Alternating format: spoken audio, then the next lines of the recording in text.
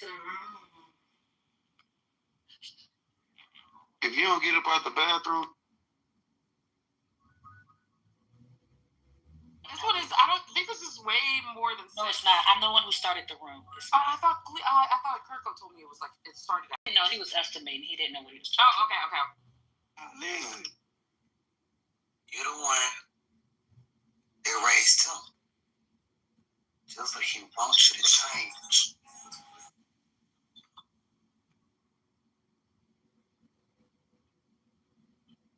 That I am? No, it shows here, it could be wrong, maybe it's a mistake, but it shows that you voted in the poll here. So do you have evidence? It says yes, come on, and you voted for that. Oh, evidence for God. Oh, I mean, not like objectively true evidence, but I mean, I just have my subjective life experience. Oh, okay. Then we've got nothing else to speak about. I'm not interested in thoughts, feelings, opinions. What you want to be true, what you don't want to be true. I'm only interested in claims made. Gotcha. Okay, so if I were to, I guess the best evidence I can think of is that most cultures in the world have religions, and that these religions answer common questions. And they answer similar questions regardless of where they are in the world and what time these cultures existed. They answered similar questions. And that these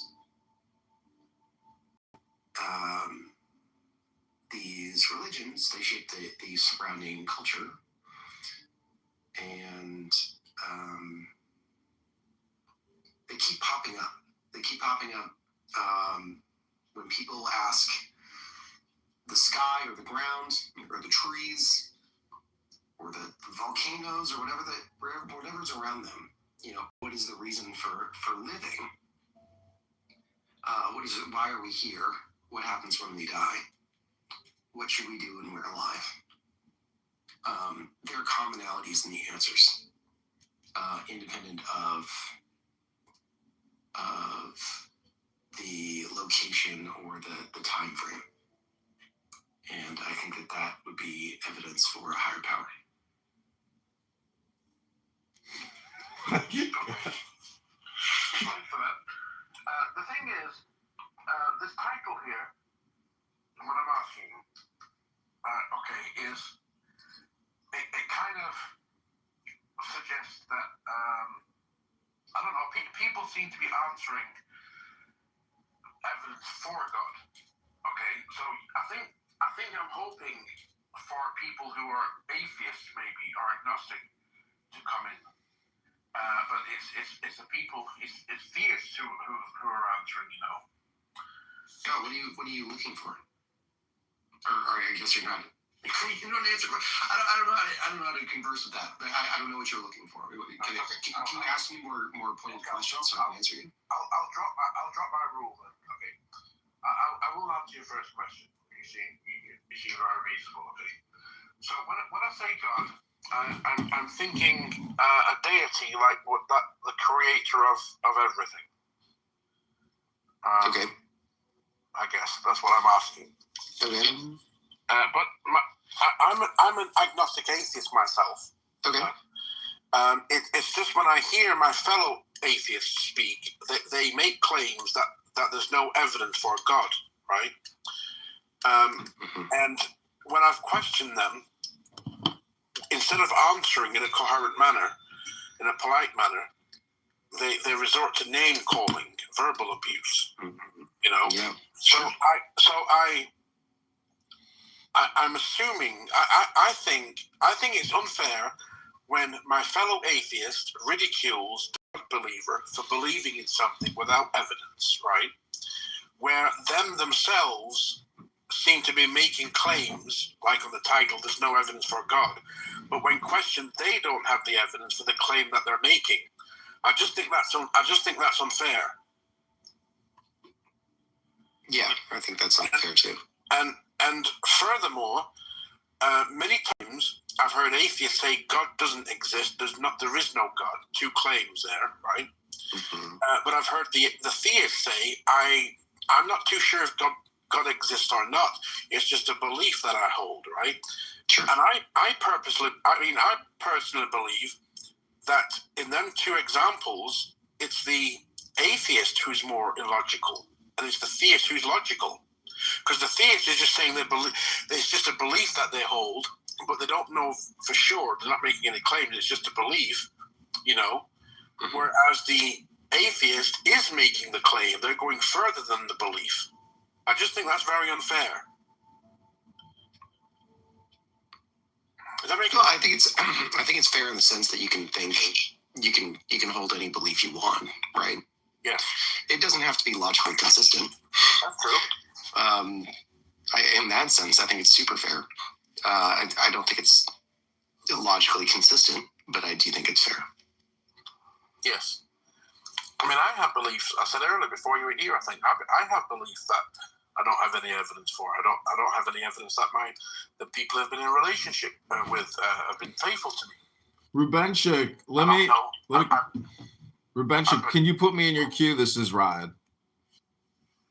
Can I put you in my queue? Yeah, I want to ask you a question, Stephen, a question. Yes, you can talk. No, that name. I know that voice. So my question is about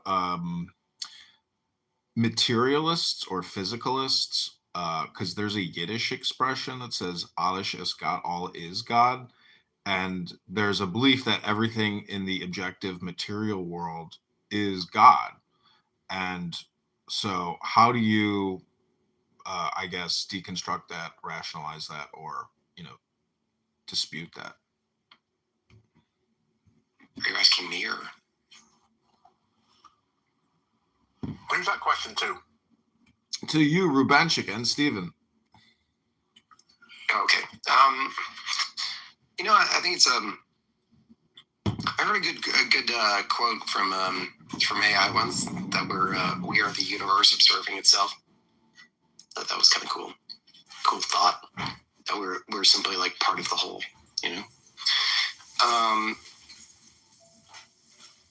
I think they can. Yeah, I totally think that's a possibility. So, yeah, I think it's rather easy to rationalize that concept.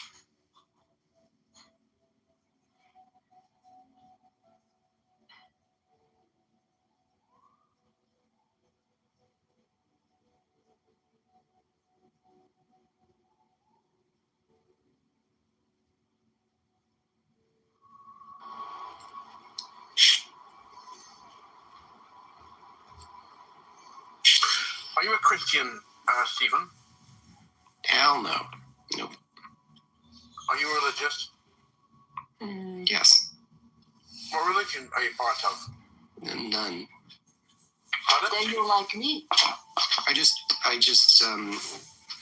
I'm a cherry picker. If I hear something from a faith that I really enjoy, and I think it comes from God, then I follow it. And if I don't believe it comes from God and I think it's man-made, then I don't follow it. Yeah, That's see, not religion then that you believe in. Then you're outside religion. Religion is man-made. I believe that's true. So I'm a religion as well.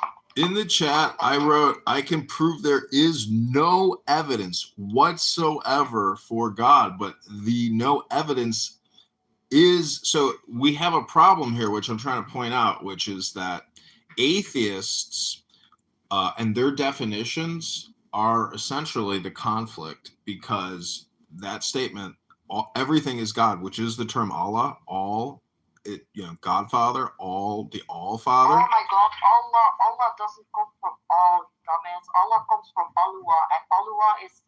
Did you just call me a dumbass? Did you just call me a dumbass? I just want to Yes, confirm I you do. called me a dumbass. You make a reference to from Allah to all. Allah is not an English word, so. Fatima, I don't work for the complaint department. I'm trying to play a linguistic game here. Look at what I put in the chat, because part of this explanation is linguistic, and I'm trying to make a point about how Yes, The objects. Linguistically, Allah doesn't have anything to do with the English word all. I know, but I'm making a philosophical, metaphysical point about nothingness, the void, the vacuum, that the space around the object is what gives definition to the object itself. So there's this background, foreground, and, you know, there's just, it's a multi-dimensional relative reality. And part of the problem on the planet today is we have this linguistic it's actually like a grammar problem. And I asked, and Stephen, you showed me a really good suggestion to AI, asking questions like, what do you know about me that I don't know about myself? What? Oh, you like that? You like that prompt? And I can't believe it, but fucking Grok wouldn't answer the questions. I don't know why. I couldn't get it to respond. They kept putting in the follow-up comment, like, answer the question, and fucking Grok wouldn't respond. So I'm going to go back. I could have hit my query limit for the day or something, but I was annoyed. So anyways, I'm just telling you that our solution to the problem of the situation will always reside in the word, not the sword, the word. And, but a sword is a word. And so I just want to say, strike the master chord and draw the flaming sword. I am complete. Have you heard? Have you read any of Bruce Lee's philosophy? As a matter of fact, I do have multiple books about and by Bruce Lee, and they're really interesting because he's very philosophical. Yeah, he loves that concept of emptiness, that the void defines the thing. It's the emptiness that defines the thing. But that's the evidence. If this was a courtroom and we had to prove there's no evidence for God, we would be submitting negatives. We would be submitting the opposites. And so that is the evidence for what you could call a silver lining. And that gray zone is really the hot zone, or, the target-rich environment for proving the existence of God through the negation of God. And that's why Hindus say nati, nati, nati, not this, not this, not this, not this. That's one way to prove beyond a reasonable doubt that there is no God, or there is a God. I'm not sure anymore. Hello?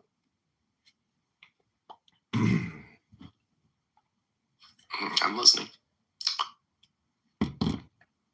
I was interested in how you could prove it musically. Sure, let me demonstrate. Okay, take the deepest breath of the day. That's called a bell. It's called another bell. And this is a song called I'm Gonna Prove to You There Is No Evidence for God. That's the name of the song. This song is only possible by the void in the drum itself. This calf skin stretched across the top of the drum. Oh, sorry, I can't entertain that. I'm proving it musically. You just don't like my opinion. Sorry, I can't entertain that. That is painful. That was my doing. That was ugly. I did ask. Don't worry, I won't take umbrage, Stephen.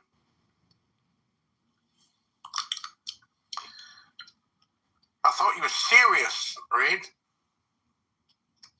That's an interesting word to use for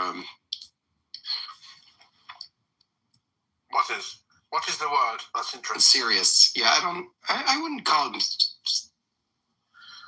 I thought he was serious. He's serious in some ways, but his I think the whole point is that his playfulness of what is and isn't serious is the point.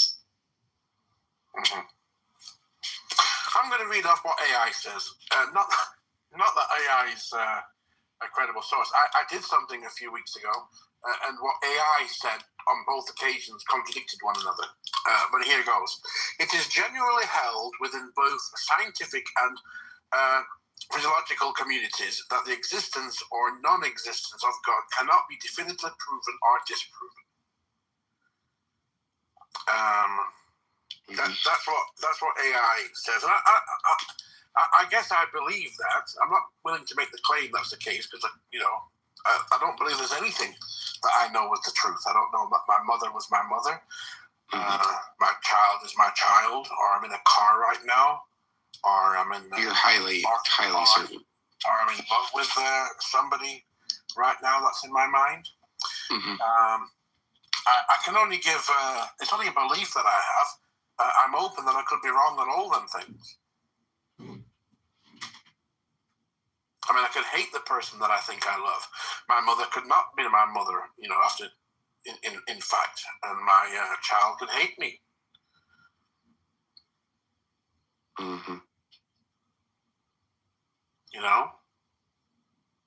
Yeah.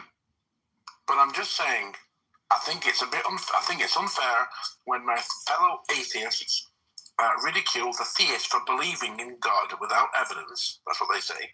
When the theists themselves are making claims that God doesn't exist, there's no evidence for God, and when questioned, instead of answering in a coherent fashion, they resort to verbal attacks, name calling. Okay, so if the theist is illogical for believing in God, I think that the atheist should be also illogical in making claims without evidence.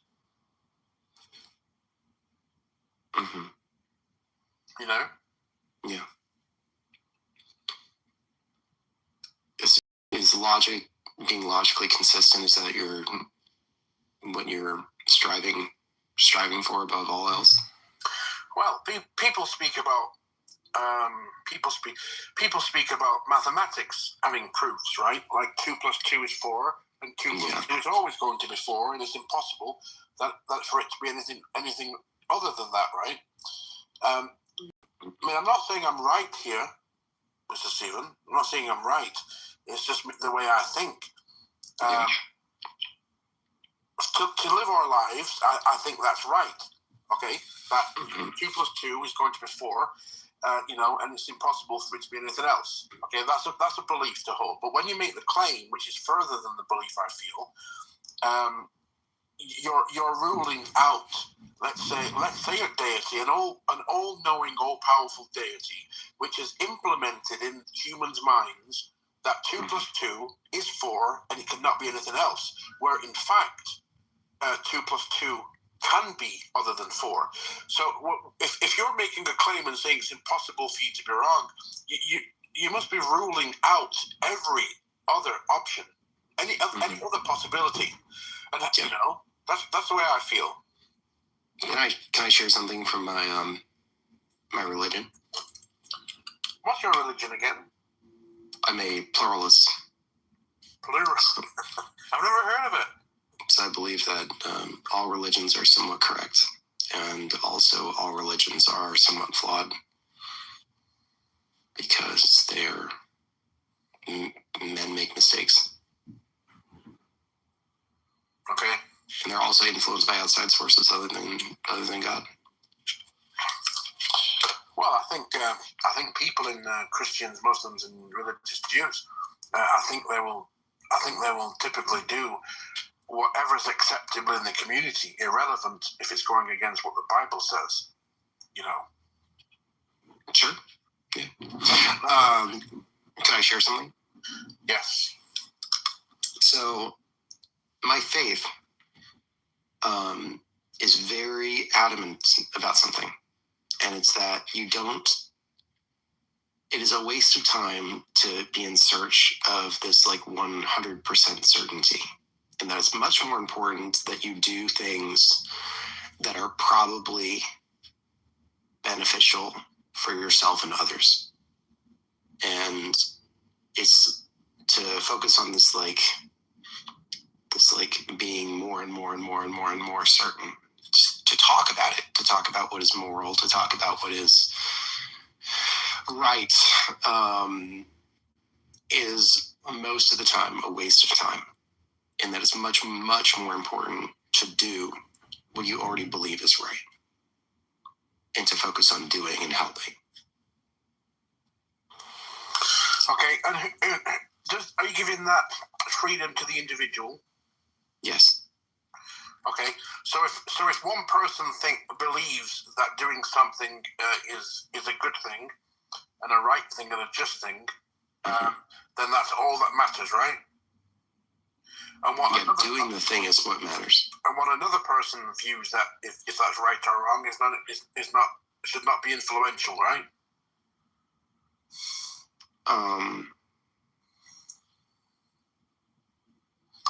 It prioritizes the individual's beliefs.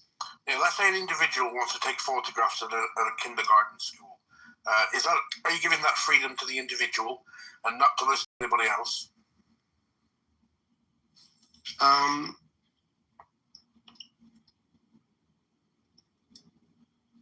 If they believe that is what is the most good that they can possibly do in that time.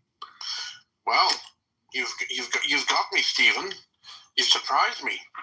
And the reason being is that there are people that are going, like you're mentioning right now, there are people that are going to do bad things because they're mistakenly believe it's right? There's going to be a very small sliver of people that do that.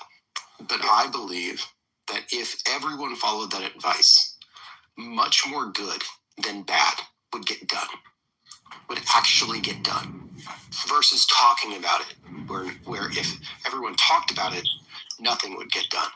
And if everyone did what they believed was good, most of it would be good and some of it would be bad. And I would rather, I think it would be more beneficial to the world if we took that trade-off and we said, okay, whatever you believe is good, just go do that. And the fact that some people will do wrong anyway and believe it's right is baked into the equation, because more people will inherently do what is good than do what is bad. Yes, I think there's some truth to that. I want to congratulate you on being consistent. By the way, that's what I meant when I said I'm impressed by you. But just let me read off a line. It's a quote from a song called "To Ramona" by Bob Dylan. Okay, and not that it has any meaning here. It's just something that come to my mind. Everything passes, everything changes. Just do what you think you should do. That's a quote from Bob Dylan's song "To Ramona." And it's a beautiful song. I just wanted to say that. Okay. What else did I want to say? Oh, what do you think about Buddha, by the way? Do you know what Buddhas are? Them sculptures? Yeah. What do you think about these Buddhas? I'm kind of ignorant on Buddhism. I think I should learn more about Buddhism as a faith. I think they're all right. Yeah, I mean, I've never met a Buddhist that's an asshole. I've never met one. They all seem pretty nice to me. I'm sure they exist, but yeah. You seem to be a cool guy, Stephen. Thanks. Most people get offended when they speak to me, but you're all right. Yeah, cool. I'm glad you enjoyed my presence. I enjoy yours. Thanks. But next time, let Reed do his weird music stuff.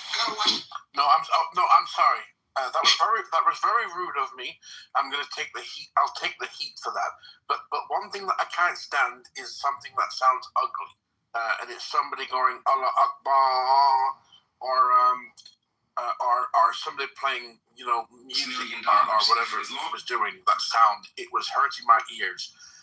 It extremely triggering for me. I'm sorry. I can apologize certainly, but I can't let it happen again. Okay.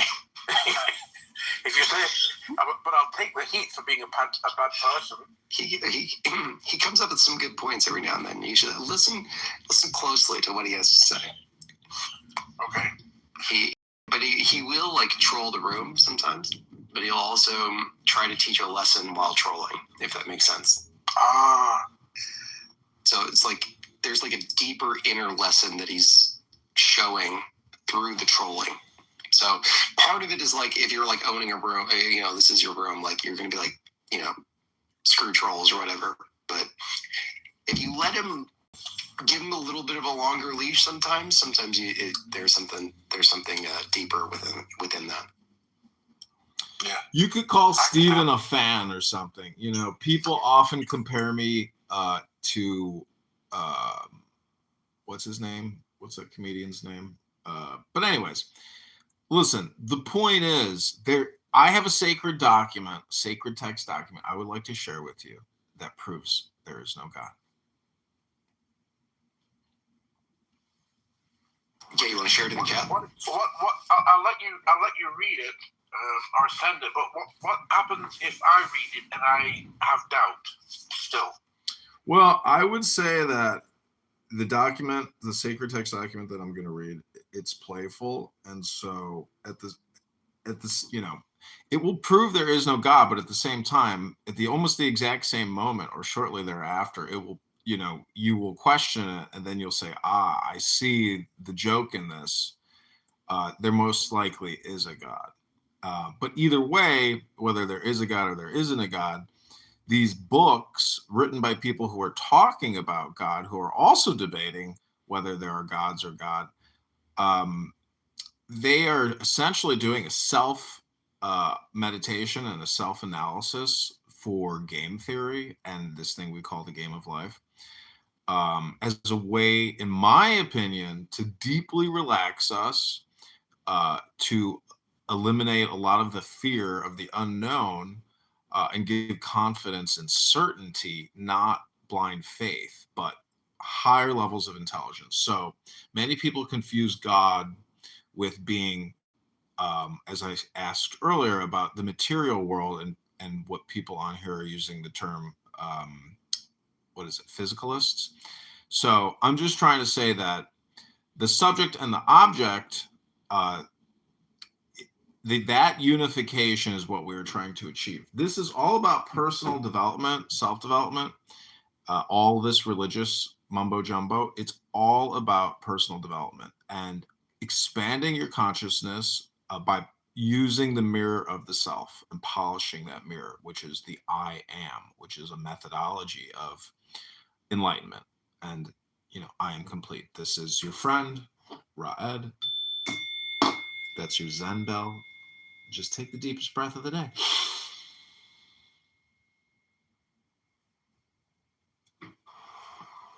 Are you on the level, sir? Second level or first level? Because I'm going to go lay in the sun and relax. Are you? Right? Which country are you in? I'm not in a country. I'm on a planet. It's called Earth. It has an ear in front of it. Maybe you can't hear it. But some people like to think that I'm inside Uranus. Very droll. Very droll, sir.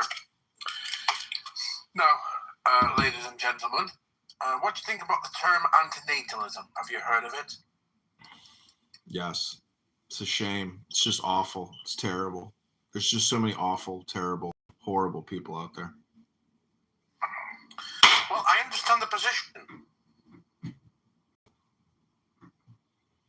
Stephen, I've got a question for you. Yeah, what's up? If you had the ultimate decision to make, right? Mm-hmm. Let's say you had two babies in front of you, right?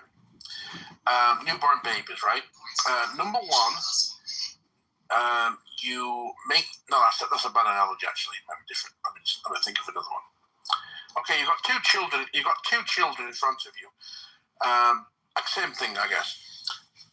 You can either choose option A, where these children never will feel anything negative in their life. Nothing at all. Zero. No pain, no sorrow. They won't feel cold. They won't feel too hot. They won't have hunger pains. They won't have illnesses. Nothing. Zero. Right? No suffering whatsoever. Mm-hmm. Or choose option B, where all that suffering that I mentioned is certain. Which one would you choose?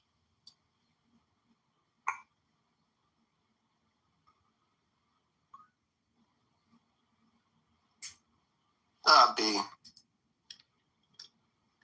You choose B. Yeah. Okay. So you would introduce a child into a situation where they're going to feel pain, abuse, bullying, cheated on. They're going to have just awful sicknesses, and they're going to face death itself. Is that what you would choose for somebody? Yes. Okay. I would choose A. Okay. Wait, who is it for? You. What would you? Is there anything else you want to talk about? What would you choose, Mr. Leo? And Mr. Jeffrey? I gave a cool Google document if you want to if you're interested in an interesting read. What you gonna send me? Yeah, I put it in the chat. Okay.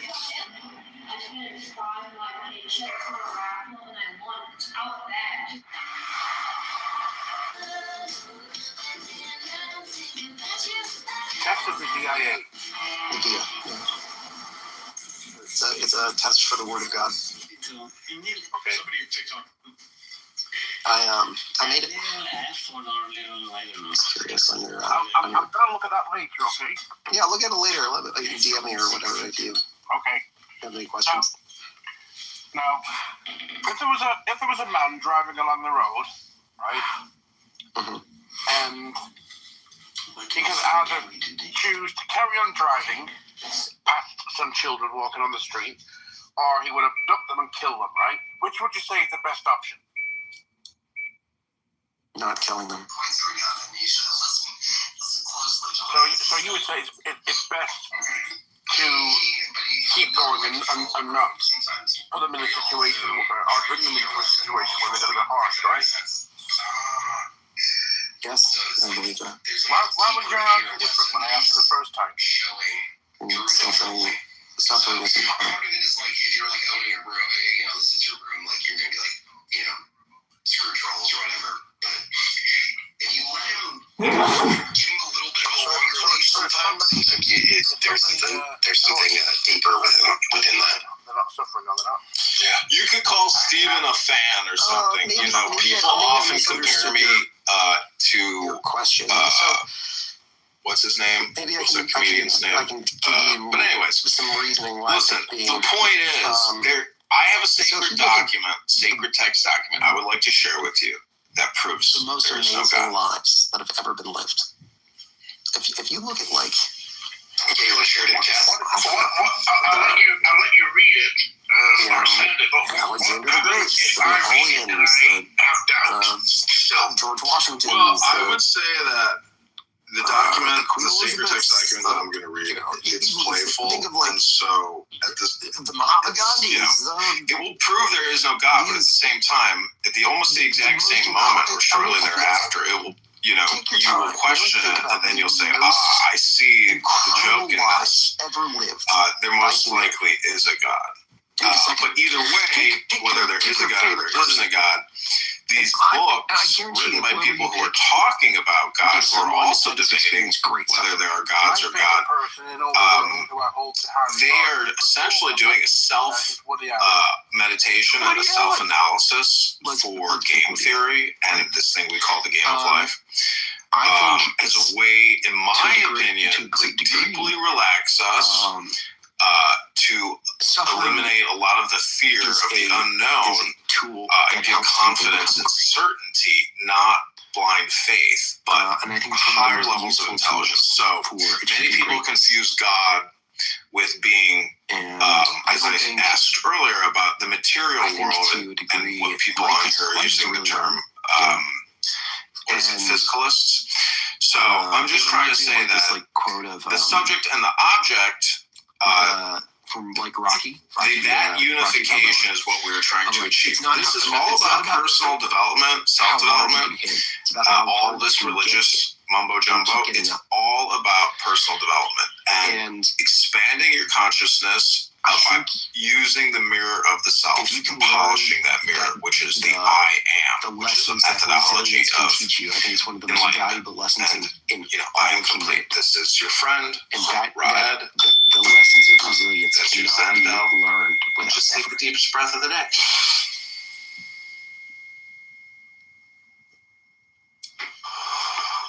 Are you on the level, sir? Hey, gentlemen. I would rob them of one of the most amazing parts of living if I gave them, if a life was available without suffering.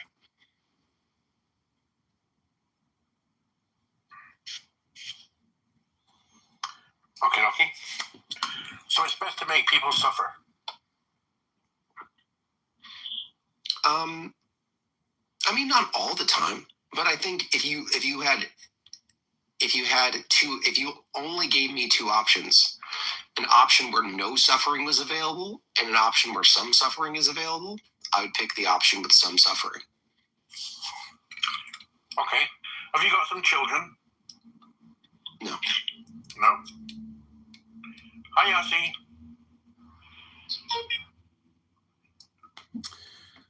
Gentlemen, point of order, moderator. I just want to say, I put in an X grok query. It says, I was asking, what are Noam Chomsky's key contributions to language theory, communication theory, and related research? This is what it says. Universal grammar, innate structures enabling language acquisition. Generative grammar, rules for generating infinite sentences from finite means. Chomsky hierarchy, classification of formal grammars by complexity. Transformational grammar, deep versus surface structure and syntax. Poverty of the stimulus, argument that language learning exceeds environmental input. The syntactic structures, which is in 1957, foundational text revolutionizing linguistics. Propaganda model, framework for media bias and manufacturing consent. Innateness hypothesis, language as a biological faculty. Merge operation, core mechanism in minimalist program and biolinguistics, integrating linguistics with biology and cognition. So, I mean, this is like one way of looking at evidence that God does not exist, meaning that there are rules and laws and theories of grammar, of language, of communication. And what we're doing on this conference call is transferring packets of information to each other. And you brought up anti-natalism. I'm going to click that link and read a little bit. Arguments against the existence of God often highlight that the universe operates through consistent physical and logical laws rather than divine intervention. In this view, systems like grammar and digital communication are human constructed frameworks that function based on internal rules and packets of information rather than transcendental It's design. very difficult for me to understand. So it's speaking far above me, right? I can understand him when he's speaking about geopolitics, but everything that you said is too advanced for me. But I do like Noam Chomsky. I like that his father was a Hebrew professor. I like it that Noam Chomsky, speaks Hebrew. And I do agree with his views on geopolitics. I remember him speaking to somebody one time, and he was going down the atrocities that each American president has done. But I agree with him kind of, some of them. But anyway, I'm just saying that what you're speaking about, linguistics, is far above my comprehension. Linguistics, antinatalism is something that I understand very much, okay? It would be better to not bring children into the world and for humanity to become extinct. That would be the best for future generations. Well, they won't be here. And that would be best for Earth, I believe. I understand it. I appreciate it. I really do. There was a time where I would keep it to myself, actually, antinatalism. But now I'm confident in expressing. And I think I'm coming from a humanist point of view. I really am. There's a lot to be said about antinatalism. Humanity will become extinct, of course. I don't know the time frame. I'm not saying I want anybody suffering because of it. I wouldn't want like a bomb to explode, a nuclear bomb or whatever, anything like that. But slowly and gradually, for humanity to become extinct, just like other life forms have become extinct. This would be a great thing for humanity. I think, when mother and a father brings a child into the world, the child has absolutely no say in the matter. And that child, it has the stress of childbirth. It's going to be bullied at some point, ridiculed, cheated on. It's going to have terrible sicknesses, illnesses, suffer from depression, clinical depression maybe, beaten up, tortured, suffocated. All these things, well, some are not certain, but a majority of them are not said as certain in life. And then they're going to face death itself. And that person's going to experience all them negative, horrendous feelings and pain, and they had no say in the matter. Okay, they had no say in the matter. Wait, can I ask Stephen a question? Hi, Stephen. You were saying something about the sufferance and suffering and how like every greatness and every great person, like the achievement, what they achieved was coming from their sufferings. Partially. Right? Okay. So no, partially. Can you like elaborate?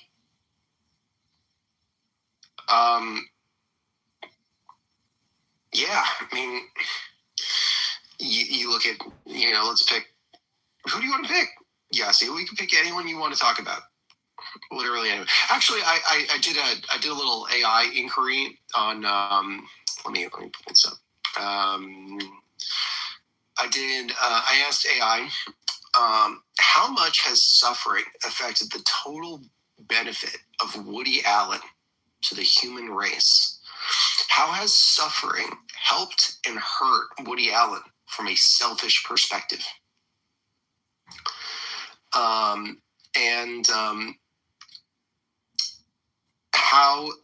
How suffering helped Woody Allen's total benefit to humanity.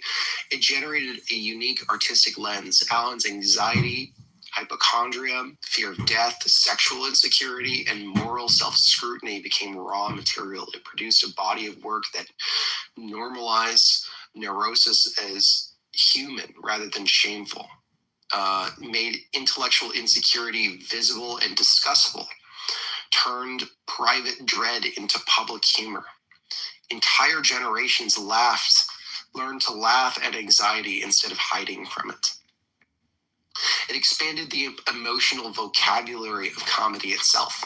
So before Woody Allen, comedy largely avoided existential dread, moral ambiguity, and self-contempt. He helped create a modern confessional comedy and neurotic protagonists, that later creators built upon. It rewarded honesty over heroism. His characters are weak, cowardly, contradictory, and self-aware. The subtly changed cultural myths about masculinity, certainty, and dominance. And for many viewers, this was psychologically liberating.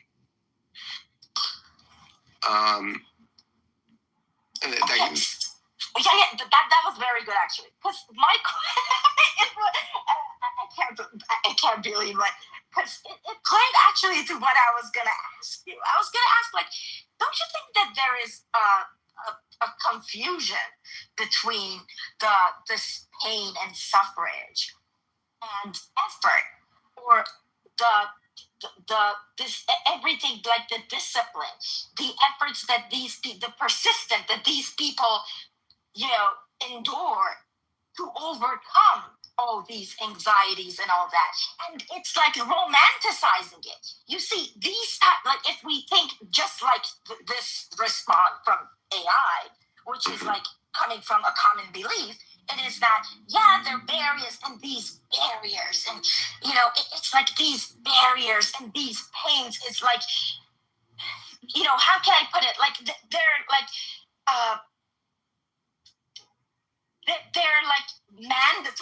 suffering. They stipulate the success. But I think it's not. It's just romanticizing. It's a myth. We forget, like if we think about it this way, then we forget the amount of, what it takes for these people, for anyone, to overcome. And I think what we consider as their achievement is that, not because, it's not the pain that causes this, the suffering that causes this. It's that discipline and that effort and all those things combined, and with, you know what I'm trying to say here? Yeah, I do. To cause deep growth. Yeah. I think that if a human optimizes for the least amount of suffering, they will do less important work than if they endure the suffering and optimize for doing the most meaningful work possible despite the suffering that comes with it. I think it's more. Yeah, that's good. Because Yeah. all I wanted to say is that the suffering is not like a teach. It's a condition. It's a condition that it. Right, but the problem is when you optimize for comfort, when you optimize for whatever situation has the least suffering. I'm going to show you a human that is basically doing nothing with their life. And if you instead optimize for how do I leverage my strengths to do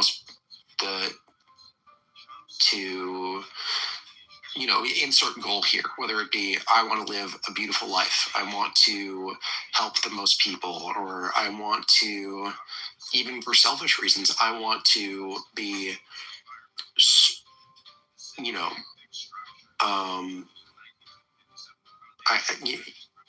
I want to be rich or whatever, but a lot of in the capitalist societies, in most situations, you have to help people so that they voluntarily give you money so that you become wealthy, right? And that involves helping people, right? Even if you're just a complete narcissist, I think that you're going to have to pick decisions that include suffering, and a lot of it. And I think through that suffering, you're going to learn more. I think you're going to learn things that very few humans learn, because they're not willing to tolerate the conditions necessary to learn those lessons. So I think there's this like I agree. So I just want to. So can we agree that we don't grow because we suffer? We grow despite of that. Because you know what you know why I'm trying to You're really pushing back on this. Get out. Do you want to know why? Because in that case, then we the result would be, the most oppressed people must be the most successful people. Which, obviously, that's not true either. The opposite. It's not true. So, but because there should be all these examples. Yes, there are very exemplary that they came from nothing, and they achieve a lot. And we know it because they're few. That's exactly why they become exemplary and the fews and make it. That's why there is that's the problem. Because with that. That's why I just want to say, and we should not forget the amount of effort. I think that, if we just say, these people are suffering, so they deserve this and this and this. I didn't say that either. If these people, exactly. I'm saying, these are the problem of, romanticizing this. So it really concerns me. Hey, moderators, point of order, moderators, point of order, moderator. Put me in your queue, moderators. Yeah, I just want to say, you want to speak next? Just 1 minute though. So, is it your view, Stephen, that what's your view exactly? I'm not understanding the way you're speaking to Miss Yassin. The way you're speaking to you, like I was saying about Noam Chomsky, is far above my head. Can you simplify your point in a few sentences, please, so I can respond, Mr. Stephen? Don't optimize for comfort. Don't optimize for comfort. That speak to me like I'm 5 years old.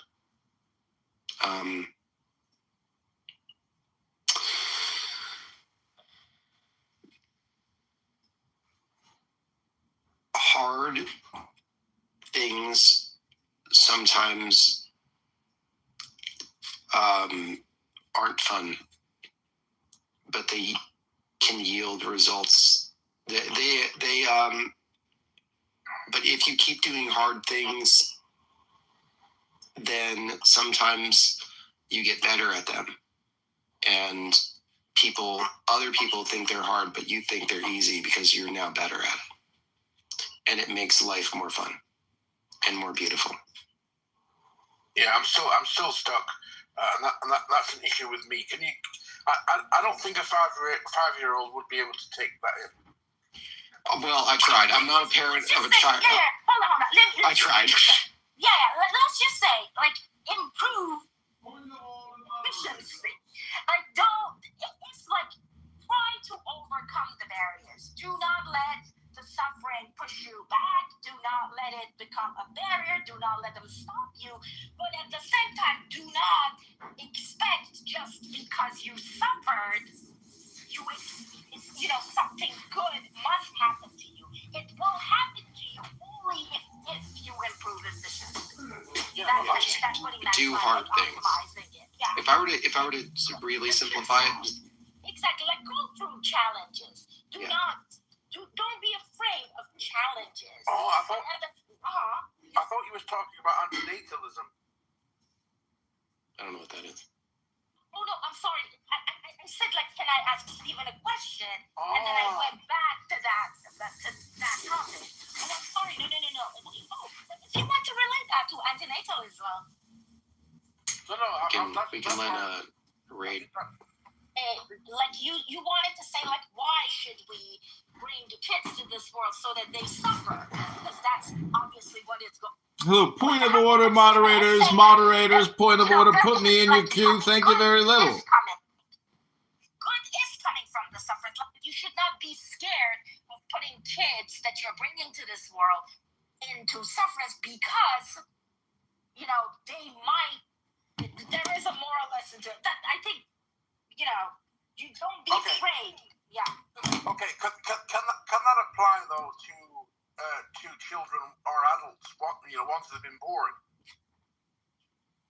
Hello, moderators. After you're done with your lines of questions and statements, please put me in your queue. Thank you very little. Let our friend go. Yeah, go ahead. Oh, I'm sorry. Right, go ahead.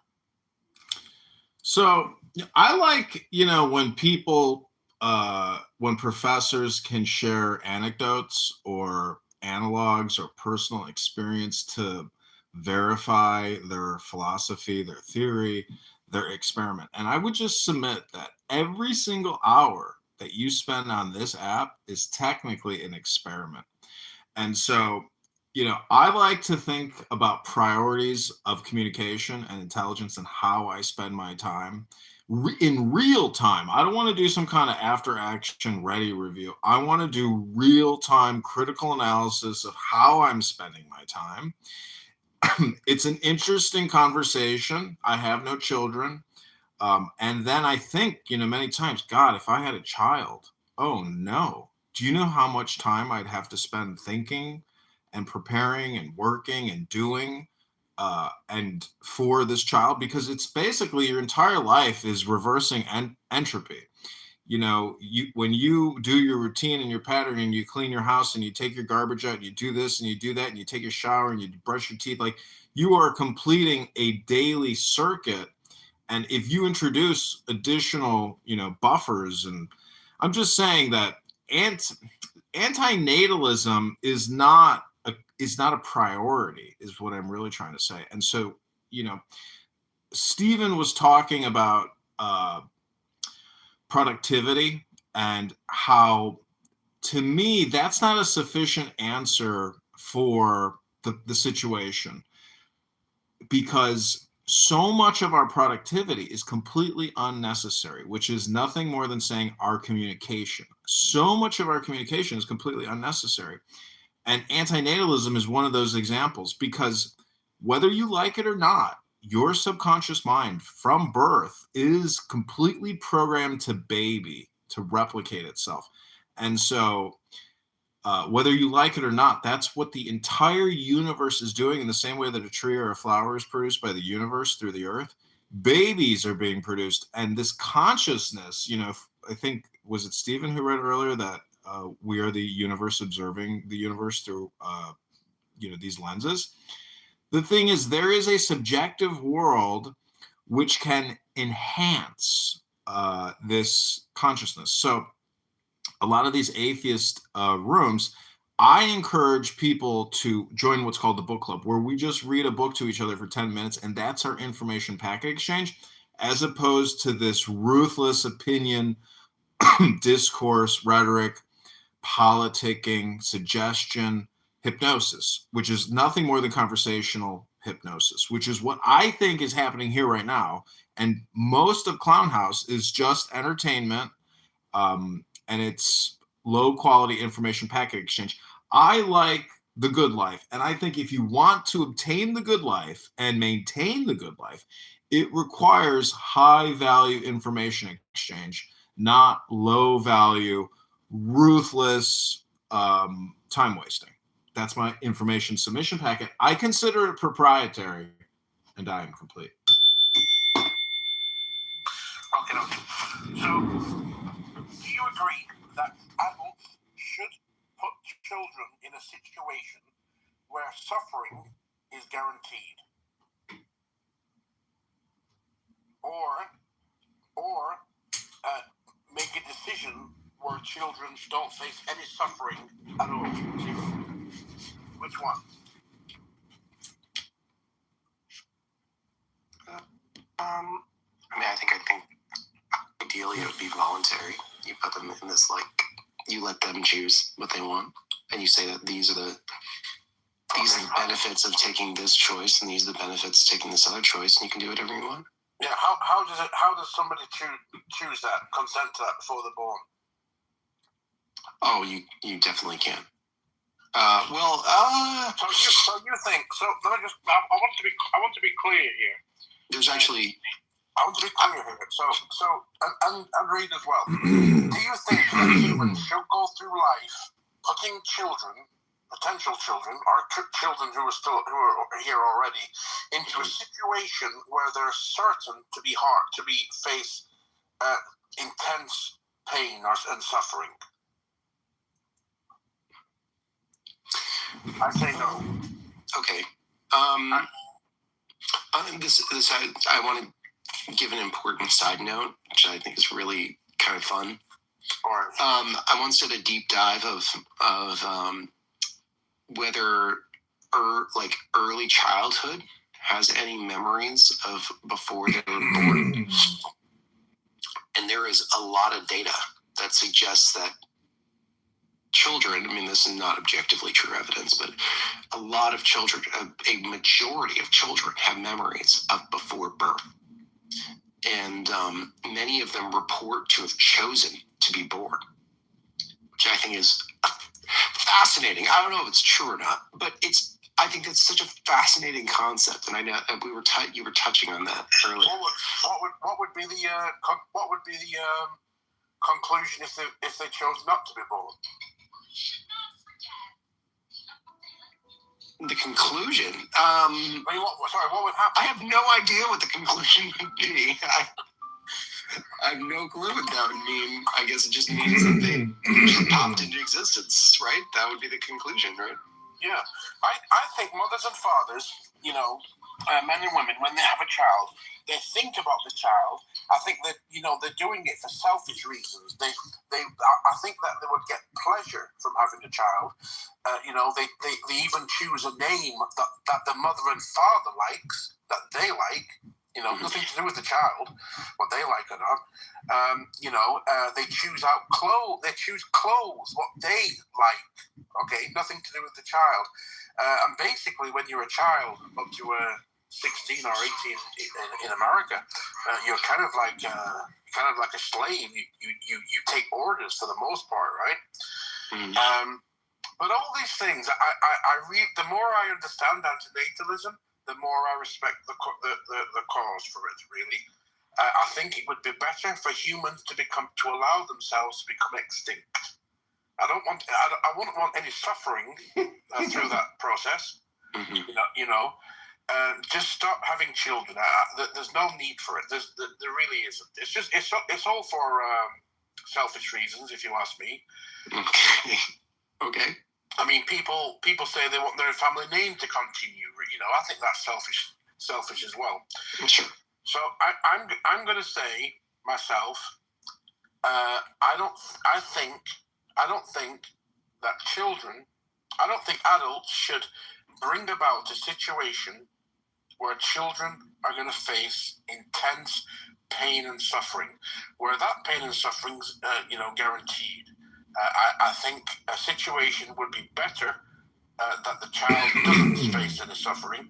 And I think Woody Allen has said something similar, and I think Professor Hitchings has said something similar as well. Okay. And others. It's just something that makes sense to me. Well, you don't have to try so hard today, because you can simply say, look what happened to Rob Reiner. You want to have something in your house that constantly, threaten to kill you? No, you don't. Yeah, I mean, take this on board, everybody. Take a good partner, Jackie. Listen to this. A child is brought into the world through no say on their own, right? They're not consenting to anything. They're born. And let's say they're 10, 12, 13, 14, and they're suffering from clinical depression. I don't know anything. I never say anything profound. I'm only repeating, okay? But I've read that clinical depression is like torture. From as soon as, all day and night you're tortured.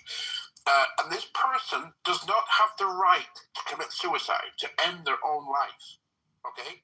They have to remain alive, okay? And that is one of the most horrific things. Why are we talking about this? I've ever witnessed in my life. I've ever heard about. Okay. Well, and remember, I'm not going to rob humans of their right to procreate. I mean, even if I believe it's selfish, and I think sometimes it is and sometimes it isn't. I don't think it's always selfish. I'm certainly not. I don't believe in a world where I would enforce, I wouldn't vote for a society that enforces, no, you can't have kids anymore. That's China. Yeah. What about a mother and father in a country where it's certain that they're going to be sold, as a slave or a sex object as a child? What do you think about things like that? Or even in war-torn areas? Apparently in the Gaza Strip, so many people, mothers and fathers, are procreating, and so many babies are born in a so-called hell on earth. How about that? Are all these things okay with you? Is it okay? Are they okay with me? Is it okay for a man and a woman to have a child, bring a child into the world, when they know that child is going to be sold as a sex slave? I'm going to zoom out first and say that I've accepted. Let me Take the deepest breath of the day. And I've accepted that there will always be evil in this world. And I also have given myself permission to be happy, even in the existence of evil, and I've accepted that evil will always exist, no matter what I do. And even if I can make it a little bit less in this world with me than without me, I think that is what I should like. I think that's a good goal, is to not add to the evil, but to subtract from it whatever amount of evil there is. Well, I don't believe in evil myself. Okay, well, if we look at situations where suffering is incredibly high, I understand that these situations do exist, and that there are many situations that I can't do anything about suffering, and that I should, at least within my own faith, my faith tells me that I should only focus on what I have control over, and that I have more than enough things to work on that are well within my control than things like whether or not other people can have kids. That is well outside of my control. It's much more beneficial to the world and to myself that I refocus on what I have control over. All right. But you think that it's a human right for a man and a woman to bring a child into the world, and what's projected for that child's life is irrelevant in that human right, right? Let me restate that I believe that my opinion on this, either way, doesn't matter because I don't have control over the outcome. This is how to tell if your olive oil is fake. And it's more important At some point, for myself and others that I only focus on what I have control and that over. video was on TikTok. I mean, that's I don't think you have the control over if you have to bring a child into the world. even if there will be a ceasefire. Yes, this is true, and I do. To your point, I look at my own social standing, and I look at the living conditions that I would bring a child into, and also my socioeconomic situation of how well I can help this child grow and live what I consider to be a beautiful life. Those would certainly be factors in bring a kid into the world. If I were in Gaza about to be sold as a sex slave, I probably wouldn't have kids.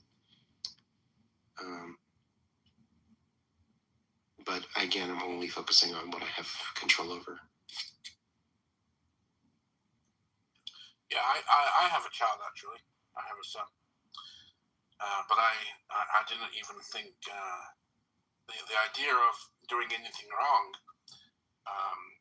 didn't even enter my mind back then, But, How has your experience been being a dad? It's been okay. But my son has had sicknesses, bullied at school, beaten up, depression, and I brought my son into the world. My son had absolutely nothing to say in the matter, and I brought him in that situation. And it's I feel some level of. Did you ever ask him when he was young if he has any memories of before he was born? No. I would. If I ever became a parent, the second they were able to talk, that would be the first question I'd ask. I would really want to know. I think age 6 was the longest I can go back.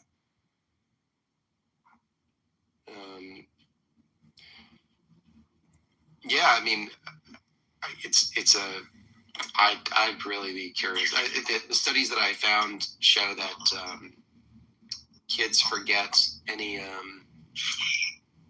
memory of like pre-birth memories by the age of 8. But many kids before the age of 8 have these memories of before they were born. Which I think it's cool. I mean, it's where I don't know. I thought it was cool, but it's possible that your child chose this. It's possible that he didn't. But I think making the assumption that he didn't choose it, I think is a little. I don't know. It's possible. I'm just saying it's possible that he did choose. That he did choose it. Yeah, I'm just curious what the. I mean, if you're choosing to be born, okay, then you're born, fine. But if you choose not to be born, what does that mean? You choose to be like a stillbirth or something, or a miscarriage? I don't know. I don't know how that works. I'm unlike a lot of religious people. I am happy to let you know where I'm ignorant.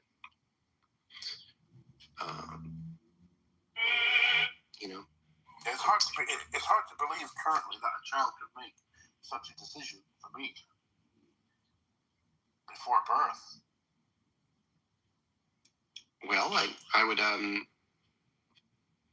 just think there are cool studies out there. I mean, on the subject matter, but they're not conclusive or anything. But they're I do believe, in my weird religion, I do believe there's a source of consciousness. I think there's a place where souls come from into existence, and I do believe there's a place where souls go when you die. But again, like you said, I don't really have any evidence for that. Is it a comfort for you?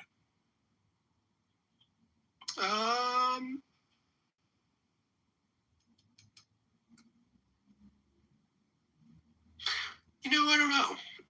Because I would be fine if like somebody was like, "Hey, when you die, that's it." Like, I think that would be equally comfortable. So I guess not. I don't think it's a comfort thing, because I would be totally fine if somebody's like, "Hey, when you die, there's just like nothing, like just straight end of the movie, Why'd you believe it then?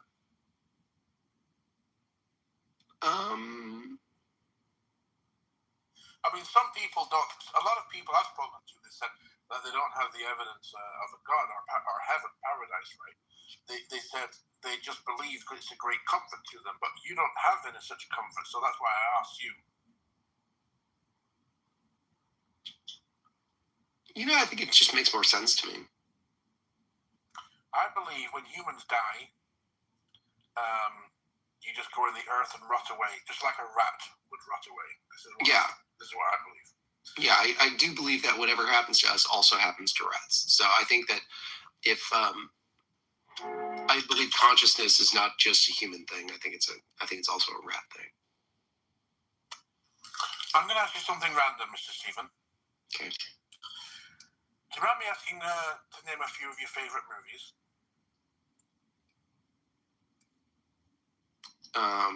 Sure. Yeah, I really like Contact. I like Memento. I like Fantastic Mr. Fox. Inglourious Bastards. The Matrix. Oh, you mean that movie with Inglourious Bastards with Tarantino movie where they look for Nazis, right? Yeah, that one. It is such a joy to welcome Great you movie. today. What was that other one you mentioned? Fantastic. Fantastic Mr. Fox. It's stop motion. All the Rebbeinu Yeshiva are really focused It's very cute. Yeah. on Very good transmitting movie. this Masorah from the Mir Yeshiva. Me and Miss Jessie like we're a film. Well, she's a film buff, but we like films a lot. Okay. We speak about films, and Miss Jessie used to speak every week on. There used to be film shows every week, and we're trying to get them back together. Like once a week, but there's not that many people who want to who show up. Well, I would recommend the movie. Fantastic Mr. Fox is a great movie. Have you seen Pan's Labyrinth? No, I'm not a big movie watcher. I'm trying to make my life a movie. My primary focus right now. I'm always like, why am I watching this other story when I could just write my own? Yeah, I understand that. But next, Sorry, I don't know why I keep going back to that suffering thing, but Yeah. it's because it's part of religious belief also. Okay. Now I know, sorry, I must have, before I start everything, I must have known. I wasn't here, I think, when you said that you believe. So that would have answered all my questions. Because there is, it's a fact of existence, and, it's a divine plan, and there's redemption to it. And so, yeah, now I understand, where that coming from. okay, cool.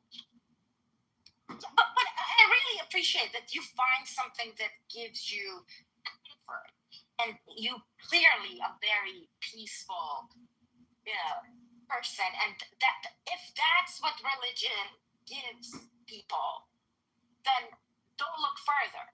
The problem with religious people these days is that either they're trying to force you to their belief, or they're using it for another reason.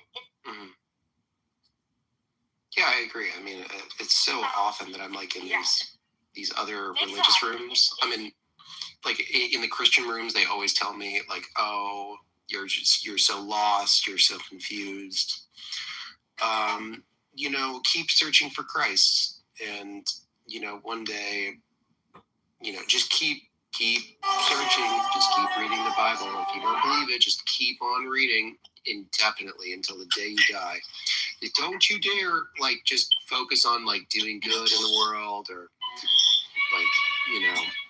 trying to self-actualize or help others self-actualize, or love as much as you can. No. I want you to keep reading the Bible until you believe what we believe. That's what I keep hearing from Christians. Yeah, and I'm like, this is horrendous advice. And then the Muslims, they tell me the same thing. They're like, oh, well, you got to spend all your time just learning about being Muslim, and maybe you'll be a Muslim. And if you're not a Muslim, then you'll focus your time towards learning about being a Muslim, so then maybe you can be a Muslim. It's it just makes me want to vomit. Of this is what, you're being a representative of your faith, and this is what you have to bring to the table. It's I'm underwhelmed. So as someone of my own weird faith, I'm not here to tell you to just believe what I believe. I'm here to tell you that I'm probably wrong with most of my beliefs, and that's okay. In that my only belief is that God certainly believes in the concept of being close enough. If God is out there, God wants you to do good, and He understands that you'll make mistakes, and that you'll probably get closer to the guy that talks all the time if you just do more good. Just keep doing it, and you'll probably make some mistakes along the way, but you'll do more good than that. And then you can believe whatever you want. Believe whatever you want.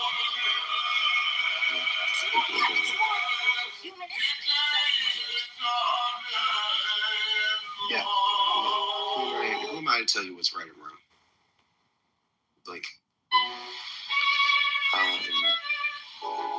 Yeah, I think a greater net benefit would come if I say just do whatever you think is right. We don't even have to focus on what's right and wrong, and where we disagree and right and wrong. I think it's a waste of time. I guarantee you that I have not changed a single person's mind on Clubhouse of what is actually right and wrong. I guarantee it. I've never changed anyone's opinions on abortion or immigration or tax policy or moral dilemmas. I've never changed someone's mind on here. Any attempt at it is a complete and utter waste of time. However, I do think that it is always a good use of time to say, hey, let's both do something that we consider good together. Let's do that. Let me be the instigator of action, and let me not judge you on what you believe is good or what I believe is good. We can both do what we both think is good, and that's probably going to get more positive than negative. Rubenchik, don't you think that essentially you're looking for a shortcut or a solution? I mean, or are you just here for entertainment? I mean, are you looking for certainty? Are you looking for new approaches? You know, like what is your goal in your experiment, you know, in this 2-hour-long conversation? Like what makes you keep coming back to Clown House? And have you found any solutions? And are you implementing any solutions? I'm after answers, actually. Yes, that's what I'm looking for. Have you found any answers at all in the last 2 hours to anything?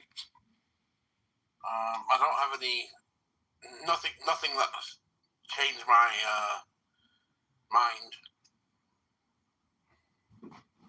I personally think, no offense, I personally think people who come into Clubhouse for the most part are rejects of society. That's a bit harsh, but okay. Like, please at least like appreciate that Stephen and I, like, from two different sides of this spectrum, a religious, like completely atheist, we like reach an agreement to a common good.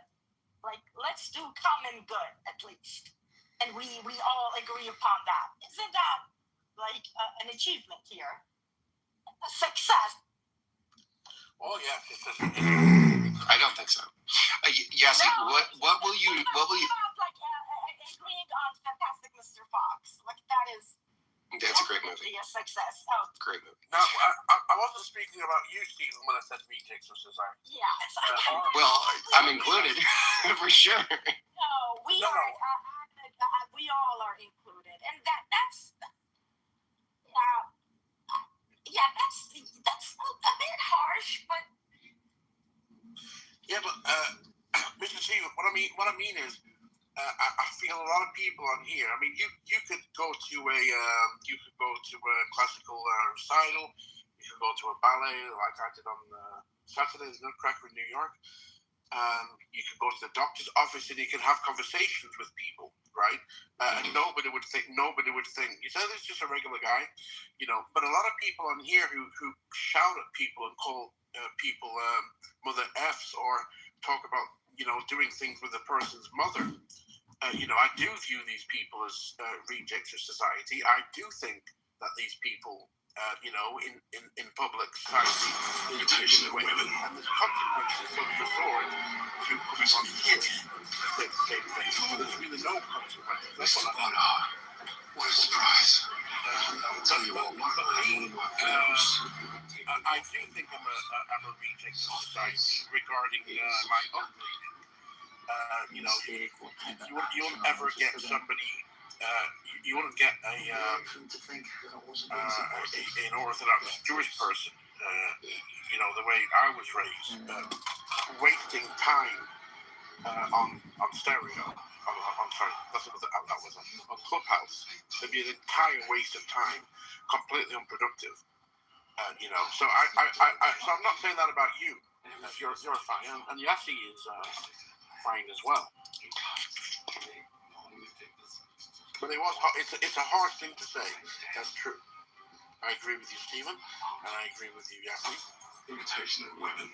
Yassi, I think it would be considered a success in my book if you were very specific about the good that you will do today that you otherwise wouldn't have done if we didn't have this conversation.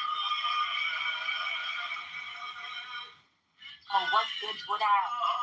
What good can you commit to doing today that you otherwise wouldn't do?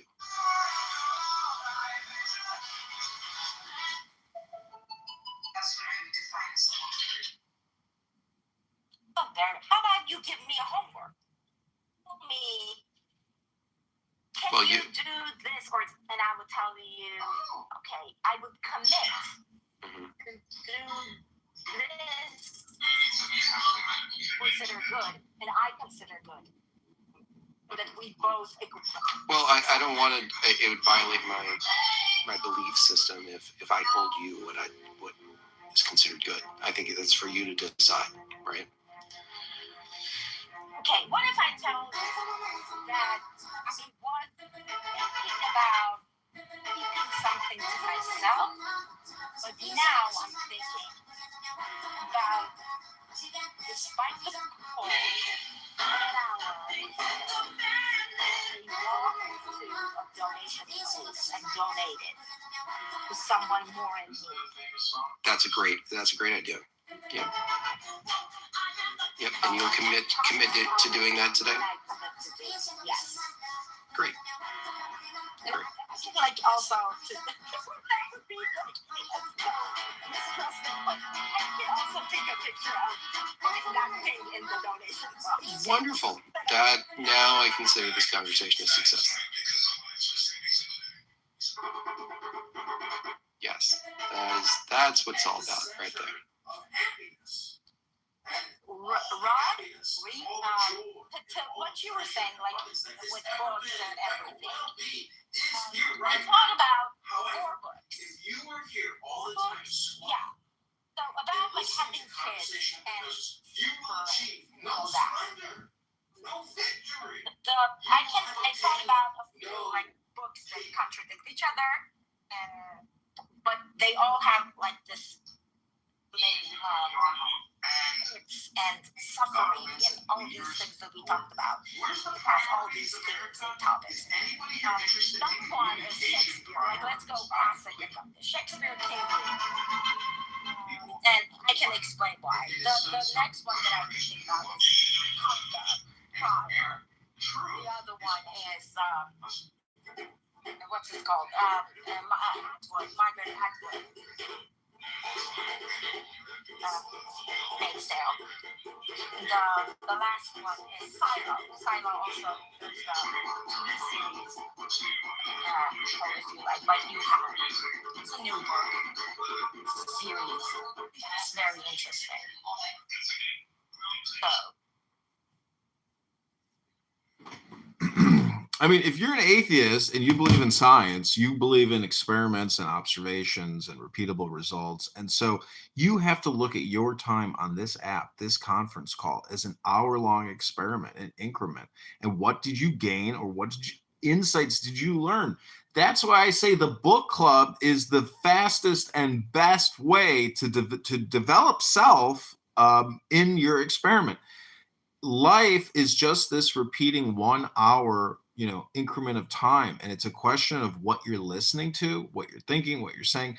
And the way to modify your conditioning is primarily through the book club. If you don't engage with books, your understanding of the situation, of the universe, of how to move about the face of the earth is completely restricted because you're not at the book club. And moderators, I would call a point of order moderators. I'd like to be put in the queue to share with you the sacred text document that I put in the chat about 3 hours ago, talking about giving evidence to suggest there is no God. Are you prepared to receive this instruction in what I like to call the Clown House Experiment Book Club?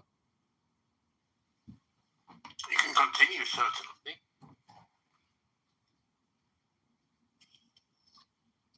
Hey guys, I'm gonna have to. I gotta go. Okay. But Thanks for of talking. course. It was so nice talking to you, especially because you put me into good, good. And I don't know if that's you or not playing saxophone. That's me. Hope, Yeah. Awesome. So good luck on your music career. I hope we come across again on this app and talk good and be positive. Sweet. Wait, No, Stephen. yeah. Okay. Stephen, before you leave, I just want to get your opinion on this one sentence, Stephen. The absolute rule of the state shall be a function of the absolute liberty of each individual will. I think it's very pretty, but I also lack the I don't know if I can critique it or agree with it or disagree with it. It sounds very pretty though. Sounds like it's right. Sounds pretty good. Stephen, and then, was it worth it? The 3 hours here speaking with Rubenchik, did you personally gain any additional insight into, do you have any summaries, or what was your experience like? I'm really trying to work on my communication. I really want to see how I can benefit others through communicating. So I think that's, in some ways, I learned what was fruitful from this conversation and in what ways it wasn't fruitful. And I'm going to try to replicate what was fruitful. Some people. So, yeah, I think it was a good use of time. Oh, wow, that's amazing. Well, Rubenchik, Yasi, I want to thank you for putting together this a little experiment for us. I found it to be, a polite, very polite conversation. And I like polite society because impolite society is a waste of time. That is the lowest form of information packet exchange. And I just want to say that developing your own proprietary religious, psychological, philosophical, perspective is within your right. But, I have to remind you, the book club, is hundreds of years old, thousands of years old. I mean, I can pull a book from 2,300 years ago, and that information is timeless. And the point is, it's a software update from the past. And unfortunately, until you start actually doing software updates to yourself through books, you will never progress to where you really want to go. And there are shortcuts.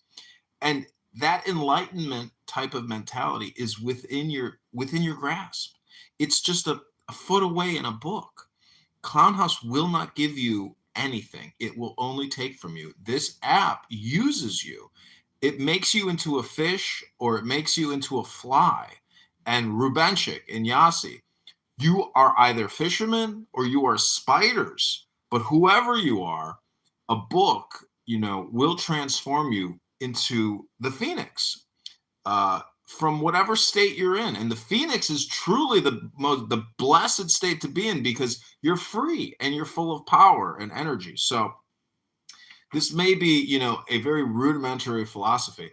I'm just telling you that, taking the deepest breath of the day and holding it for 10 seconds will be the most important thing that I can possibly tell you in my information packet exchange on this conference call.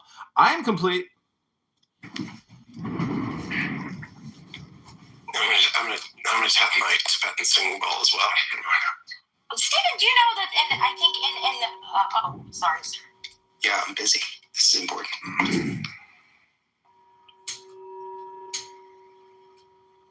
Okay. I think in 40 minutes there's a jazz room, the new jazz listeners. Have you been there? Are you a jazz player? Am I a jazz player? I'm sort of. Yeah. Okay, so they're very good. I think, let me see if I can send you an invite to the room if you're interested. Just because Roger said.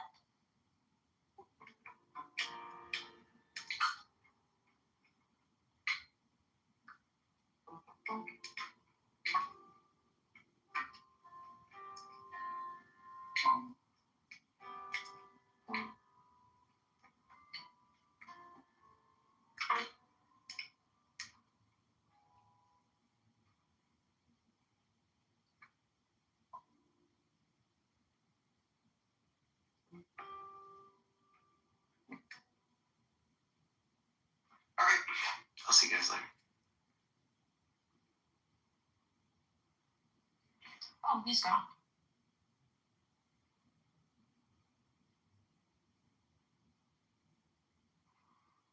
Okay.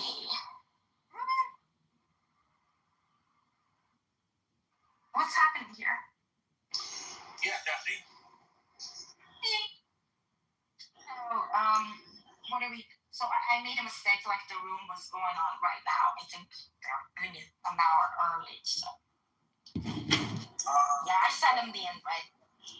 You have to go and listen to the judge, do you? Nope. I sent the invite to Stephen if he was interested. Yeah, I don't like jazz music myself. I know. It sounded like he was a sports player, so I thought like he's probably. But having said that, I do like a saxophonist on the sidewalk at midnight on a rainy Parisian evening.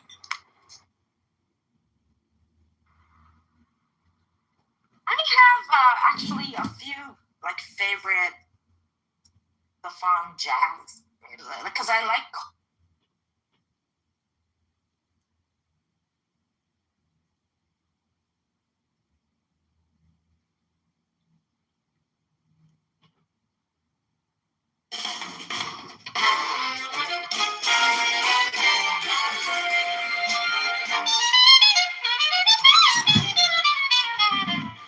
Take the deepest breath of the day.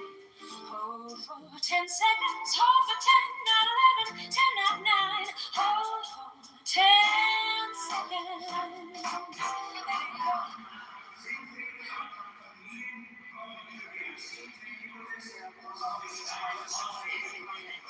Yeah.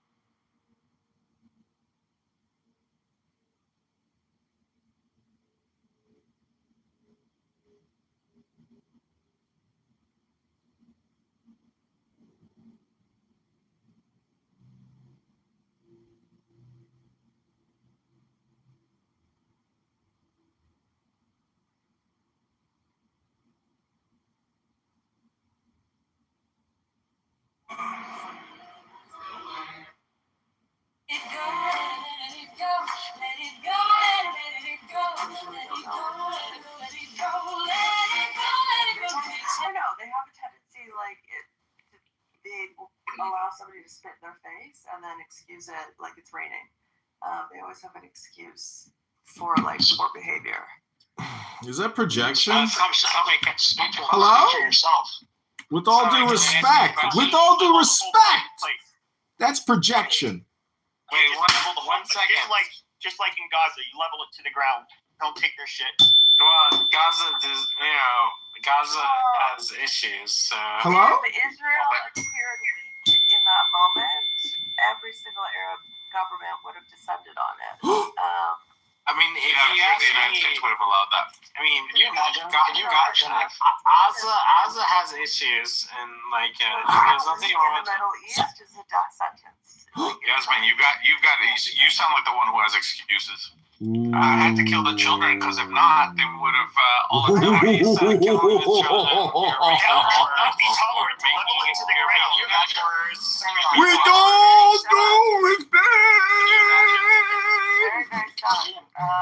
David, pour yourself another glass of vodka. All of those miniature kids, those little. David, take a shot of whiskey. David. Hello? To kill their children. You guys pretend that There's no Hello? Right. I just want to quote Mixed and say right. Can you imagine? Right. Can you imagine if? Right. Can you imagine? Tell this person to shut the fuck up. I'm quoting Mixed over here. Dude, Right? You have to get what's his face out of here. Right. Like, holy shit. Right. I'm quoting Mixed over here. You guys don't like it, but I'm doing Mixed's work. Mixed is on vacation with his family. Bro. Right. Diego needs a lawyer. All right. Right? So, can you imagine if it worked the other way? Like, let's say the Palestinians or like a Middle Eastern like group. Right. I think America would do. I mean, they would have been a lot more ruthless. What? Like, I don't know. Right. after 9/11. I don't talk about Exactly. the war.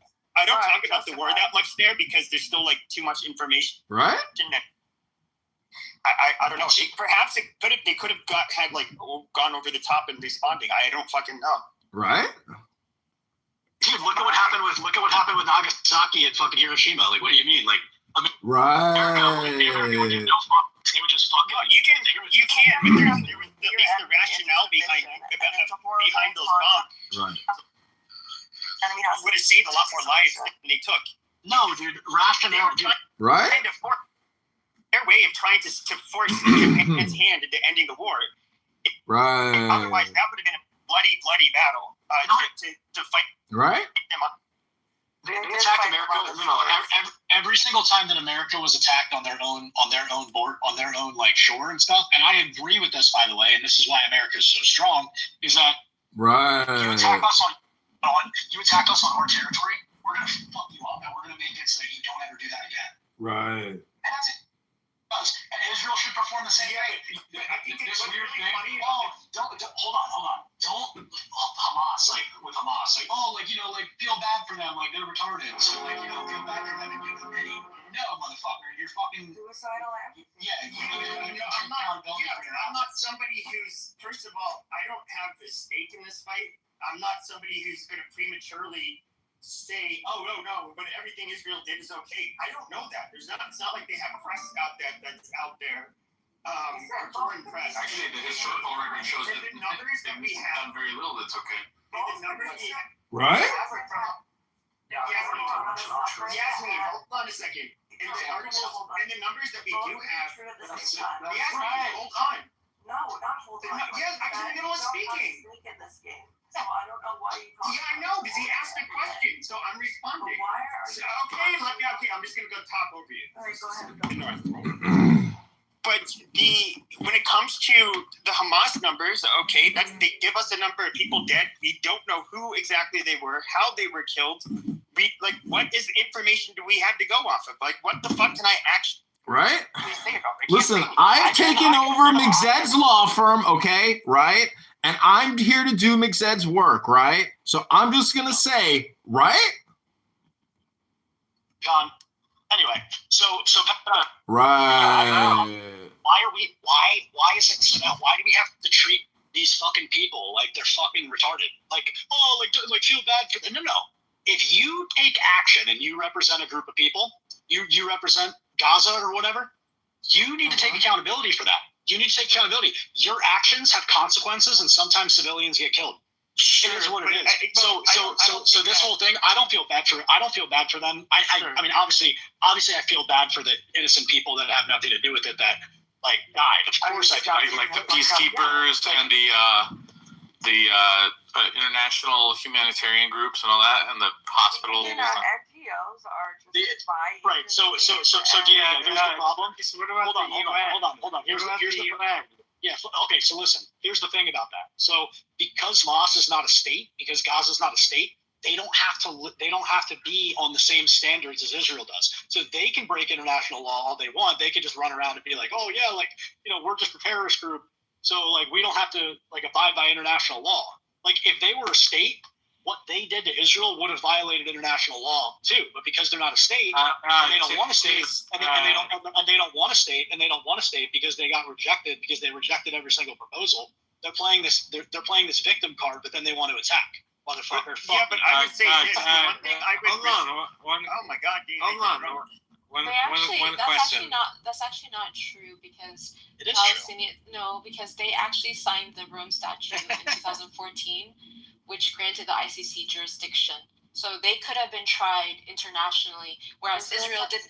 No such thing as international law. It's. So they could have been tried internationally, whereas Israel did not sign. The Palestinian Authority did sign it, but the Israeli correct. But you don't have to. The PA has no jurisdiction. The PA has no jurisdiction. It means nothing. It's just there for show, unfortunately. Exactly. It's totally performative. It literally doesn't. The PA has no seats in The same way that when Jordan violated international law and just like relinquished the West Bank because they just wanted to, that's also violating international law. And then it was Israel's problem to deal with after Jordan just said, "Yeah, we don't want these people anymore." So now it's on Israel. So now Israel has to deal with this shit. It is true. That reason why fuck off. Chase, what's funny is like, so the West Bank, like, Egypt said, like, no, we don't want anything to do with it. The Turks said, like, no, we don't have anything to do with the Palestinians. And Jordan said, like, no, we have nothing to do with. You know what else? You know what else violates international law? You know what else violates international law in '67 when they attacked Israel?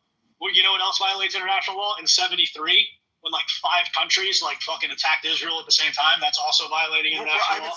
You know what else? We know they've done a lot of terrorist attacks. We all know that. Now, when it comes to so first of all, like I prefaced it by saying earlier, we have numbers. We don't know who they are, how they were killed. I see people that are really dug in on both sides that are just they're making absolute claims despite having absolute truth. I think it's rather silly. Now, like after October 7th, I think it's yes, and any country that with the modern military would have responded. I'm not against them taking military action. I personally I don't know. I can't say. It could be that Israel did some pretty fucked up shit. I don't fucking know. It could be that they did everything really well. I don't know. Pepe, how many the numbers how many people said that this idea that there is a war crime-free war, it doesn't exist. Every war has crimes. Well, that's why you would have to use comparisons. The matter. So yes, no, but even statistically. Yeah, but that's why you would obviously have to get all of the information. What people are doing is they're taking individual crimes against humanities that are perpetrated by the individual, and they're trying to apply the crimes against humanity. That's the best. And on top of that, what a war crime is. And on top of that, war crimes against the fucking Hague. A war crime. Like, who is just David, please, Simon's talking. Go ahead, Simon. You have the floor. Violate your own. I apologize, Simon. Laws of engagement. That's it. That's what a war crime is. Have the concept of war crimes. That's why nobody's getting tried on their end for what they did. Yeah, I know that. Hamas. Right. It doesn't mean anything, right? Like, when people say like, "Oh, Israel's committing war crimes," it's like, how is a country committing a war crime against? Yeah, like it's almost like so Bibi is like quote unquote like in the court of like international law is guilty or whatever I want to say. But when it comes to like international crime, international courts, like nobody cares. Nobody cares. Also, Israel is so under the microscope. The amount of lawyers and like legal teams that are involved before any trigger or any listen to this guy speak, and they have a whole team of lawyers. Somebody say lawyer, on international law because they're so everybody's watching what they're doing, so they're trying to like please and dot all their I's. But we have had reports that both the attorneys for Israel have stated that there's they feel strong evidence crimes were committed. Absolutely right. Absolutely right. 100% right. Totally right. He's right. She's right. Right. Right. Insecurity is so crazy. Right. You cannot say anything about Israel without. Right. It's so crazy. Right. Yeah. Every single country has a different definition of war crimes, right? Right. So exactly, like who cares? Exactly right. Absolutely right. 100% right. You're totally right. I mean, You are right. Right. Shut up. I'm quoting McZett here, right? Dude, like, all right. So McZett is only Morgan in the room, by the way. To bring this full circle. Right. You notice that the Palestinian side or whatever is always bringing up international law, but they're ignoring all the times that they broke international law to attack Israel. So they're only bringing up international law. They're only bringing up international law when it's convenient for them. Yes, that's fine, but we all know Hamas is bad. Nobody's gonna in this room will question that. Well, maybe somebody would, but when it comes to Israel, we hold them to a much different standard. We hold them to the same standard. Hold on. Shut the fuck up, David. We hold them to the same standard as we would a modern first world country such as France, the UK, or the United States. That's how we do it. Right, that's fine, but here's the problem. We give them excuses. We don't hold them to the same standard. Why? Because they're like, oh, well, that's because our book tells us to. But we couldn't hold the Taliban to the same standards because we know that they're fucking terrorists. Why would we? Hold on. No, that's bullshit. The Taliban, we fight the Taliban when they're arguing with us or when they're doing things we don't like, and when they do things that we like and we do what we tell them to do, we're friends with the Taliban. That's what it is. So can you be an asset to us or are you a liability? And then that's how America acts. It's not. Why are you going to hold terrorists to the same standard? Just the name terrorist, dude, it shows that they already operate, out of bounds, in ways that we cannot do it. It doesn't matter. At the end of the day, they're humans, and they know the consequences to the actions. They know the potential consequences. They know they know the might of America. They know the might of Israel, and so when they take those actions, they know that they know the question. The answer to the question is because they are terrorists. Does that mean that you can do I guess things that are terroristic back to them that are of course quote unquote war crimes? Obviously, I disagree with that. But see, that's your problem. You have a superiority complex where you think it's like, oh well, these people are just retarded. These people are just retarded terrorists, so we don't have to. We just don't kill. No, we just don't kill innocent people. That's what terrorists do. Dude, they're choosing to fight in a way. No. Do you realize? Hold on. You don't have to apologize. No. They are choosing to fight the way that they're choosing to fight. They can easily come out and try to fight Israel up front. Obviously, they're not going to do that because they know that they would get destroyed. But if they did, there would be no civilians killed. Okay, I'm not talking about collateral damage or civilian casualties that so happen to happen when trying to engage the enemy. I'm talking about literally the targeting of civilians, despite there being nobody hiding behind them. That is what I'm against. Where's the proof of them targeting civilians? I never said they did. Well, then he just did actually. Yeah. Well, I would say no, because he said that if they're terrorists, that we can do terrorist-like attacks back on them, and that's where I said no. October 7th, they went after a bunch of unarmed people. Do we get to? Do I think Israel, just like the U.S., should not be able to do that? Yeah, of course not. I understand where you're coming from. They targeted military compounds on October 7th as well. Yeah, less than 100 of the people killed on October 7th were on duty. But you do agree that they had that's how they focused on the compounds. So they attacked 12 really? So civilians and then around 100 grenades personnel. Those are military targets. Not very impressive. They're not. Hamas was not. And There's also, literally videos of fucking Hamas dragging Jewish civilians. Yeah, beheading people and bringing them into Gaza and watching the civilians stomp on their heads and fucking hearing. What are we talking about? It would be obscene and abhorrent, even in a military, if they started beheading one another. We would condemn it. It's ghastly. It's barbaric.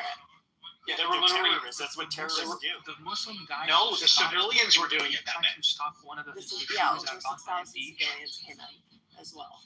Yeah, 6,000 civilians in Gaza came in and started killing innocent people. They stole jewelry off all the dead bodies and stuff. All the bodies came in and none of them had jewelry on them because they had all been looted. That doesn't mean they're not terrorists. Just because they're not a formal part of Hamas doesn't mean they're not terrorists. You had insurgency fighters that fought in Iraq that were not, formally part of different terrorist groups. If you participate in a terrorist attack, you're a terrorist. Is that? I think that the way that you're framing this, Pepe, I got to be honest. I think that you're just basically saying this. I'm going to summarize. You're like, okay, well, I can't directly identify what Israel's doing wrong. I can't put my finger on it. I don't have any evidence of that. No. I said I'm not going to make. I know they're doing something. No. Israel. No. That's a very bad straw man. Because what I'm saying is, shut up, David. What I'm saying is that What I'm saying is that we do not have all the information. I cannot say Israel is doing things well. I can't say that they've done really bad things. I don't fucking know. I'm not going to prematurely make a judgment. You don't have enough information right now. I feel like, are you fucking kidding me, man? We can see the intelligence. The intelligence says Israel is the only thing they're doing is helping us, helping America. Okay, maybe they're negative. They're attacking 6 countries at the same time, and that. You can say it if it's not true. Makes a lot of sense. That's not true. They're not doing anything for us. They're fighting their own fucking war. No, that's not true. That's not true. America, Canada sent missiles. I disagree. Right? If you can say it, it is not true. Hello? Shut the fuck up, John. Hello? Israel is going to respond. If you send missiles at Israel, it's coming back full. Absolutely, right? And they're willing to sacrifice it because it's great propaganda for the media. Right? Because people like you will say, well, Israel's attacking 6 countries. Well, no, you're forgetting the part where who said they attacked 6 countries? To murder Israelis first. Who said they attacked 6 countries? Diego. Because he's referring to Lebanon. The only country that it really has no business, it's Syria. They need to chill out in Syria. Because Ahmad al-Shara has said that he has no interest in war. He's going to try and work with Bibi, and they keep pushing him. So I would say Syria is their only flaw, but the other countries are deserving of it. Well, I mean, you gotta be careful there with the Iran thing. Well, fuck the Iranians. The Iranians, do you notice how not a single Iranian blood has spilled this entire conflict, and yet it's all funded by Iranians? So yeah, but do you know something about Iranians? They fucking hate Arabs more than they hate Jews. They hate Arabs more than anything on this planet, and they use Arabs in their war, in their Shia-Sunni thing, to do all their fighting. They always have, and the Arabs are, no offense, kind of stupid and have always done it. And they just claim more land and territory. They're in Iraq, they're in Syria, they're in Jordan, they're in Lebanon, and they just keep expanding. It's a Shia-Sunni thing. Okay, but to be fair, I mean, we had 3 service Iran members is not trying to destroy Israel. got killed in Syria, and with all due respect, the President Trump said, you can't have that. You can't have Americans being killed in Syria. That's no bueno. Yeah, but that was Muslim Brotherhood. So that's a different thing from the Assad and Hezbollah and all these groups. Yeah, it's like at the end of the day, it's like you represent this group of people. This group of people is who you represent. So when you take actions, you have to realize that there are consequences to those actions, and sometimes civilians who aren't in the picture get killed.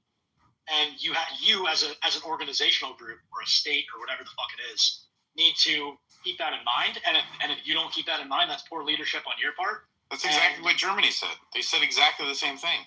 No, so here's the difference. Germany attacked unprovokingly to other countries and started killing a group of Poland, like all these places. Czechoslovakia. France. Hold on, bro. They didn't want anything. David, the difference is Germany was offensively trying to take over and trying to I'm German, by the way. So yeah, they were trying to take over. They were trying to be on offense, and they were trying to entirely remove a group of people. And With this situation, it's completely different. Is that Israel is acting in defense? They're not acting in offense, and they've been on defense their entire existence since they won the war in '48. So the Arabs declared war on Israel on the day it was founded. Right. There was no terrorist attacks by the Stern Gang. There was no burning of Palestinian villages before the creation of the State of Israel. Right? These things never happened. Years worth of history leading up. Right. But the obviously Israelis were being they're happy in their situation. David, stop. Is that during the Iraqi War and during even in World War II, you had civilians coming forward and saying this is where they are, and they had civilians coming forward with information and trying to help and get rid of them, which is unique in Gaza. They've been offered, Bibi even offered $1 million and a full immunity to anyone who gives up information about the hostages, and not a single person has come forward in over 2 years, which is kind of shocking because that is something that happens in pretty much every the Germany comparison is a bad one because one is acting on offense, one's acting on defense. And yes, there were attacks by Jewish militias and Arab militias. But if you actually look, if you actually look into the details of like before '48 stuff, whenever like the big conflicts were happening, it was always started by the Arabs. It was never started by the Jews. Yes. 29, 36. 1921, Nabi Musa riot. Yeah, like there were all these ones that I looked up and I don't remember all of them. But if you actually look at it, it's like the Arabs always started. They always started it. Well, yeah, I mean, the Arabs started it because you guys dressed up as fucking Arabs. I'm not Jewish, bro. Don't talk to me like I'm Jewish. I'm not Jewish. No, I'm just keeping it. I'm just keeping it ridiculous. I'm just keeping it like I'm just being real. Like this is the truth. Like, and then in '48, like if you look at the amount of land that Israel actually had, if you look at 37, it's like 37. They literally were like 30% of the population in British Mandate Palestine, and they accepted 17% of the land, even though they made up 30% of the population. And the Arabs rejected it. Why? Because they don't want to get anywhere, and they don't want to negotiate. They don't want to be reasonable. And then in 48, most of the land was like hold on, David. Like hold on, half David. of Africa David. was Muslim. David, I'm gonna put my big mic in. Hold on.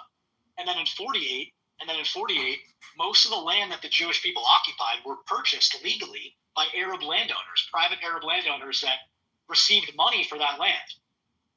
So, like, this whole thing of, like, Jews, like, came in, and it's bullshit. It's a lie. It's a lie if you actually look at it. It's bullshit. They wanted the land because they were getting exterminated in Europe. So, yeah, they came in and they were, like, basically literally seeking refuge, and they wanted to have a Jewish land. But the idea that, like, they came in and just started, like, killing people is bullshit. It's bullshit. That's right. The Nazis paid for part of it, right? Havar Agreement. Why do you keep making that comparison? They hired Nazis. No, people just hate, bro. People just hate Jewish people. That's not a comparison. The Nazi government paid for Jews to be transferred to Palestine. That is a known thing. It's called the Havar Agreement. All right. They even printed coins. Oh yeah, of course you don't, because you're German. And they have coins that have a swastika on it and a Star of David on the other side. Yeah, I mean, listen, I think that there's this whole thing of like made an agreement with the Third Reich that their family members would be allowed to leave the country as long as they forfeited all of their possessions. So that was what the Havar Agreement was. So it was family members of Jews stuck in Germany wanting to get out, and they managed to get their family members out. I think there was around 1,000 that got out. But again, they had to forfeit all their possessions. And I mean, I think that there's a big group. There's like a group of people. There's a group of people around the world that don't have fucking shit to do with their life, and so what they do is they look at their life and they always want to point the finger at somebody else, and they look at just to be fair, like the highest performing people on average, which are the Jewish people. Ashkenazi Jews are the highest performers around the world, at least financially. And they point to them and they say, oh, the reason why my life sucks is because of the Jews. The reason why I can't get a girlfriend, get laid, is because of the Jews. Like, no, dude, like that's not the way it actually works. There's always other things at play. It's the biggest cope because any way you break it down, it comes down to envy and jealousy. I mean, sort of, theory. At least from the financial point of view, like that's not. I don't think it always comes down to that. Sometimes it comes down to just basically like you feel like they have too much influence or something. It's just shit like that, and you're just like, okay, well, God, I disagree. Here's the thing, though. What the fuck are the Jews preventing you from doing? Yeah, what are they doing? Like, so you're saying like CBS, NBC, Fox? No, it doesn't exist. Sure. Hold on, I'm So like in Europe, I'm putting my big mic in. Hold on. So I would say like, How are they controlling the world?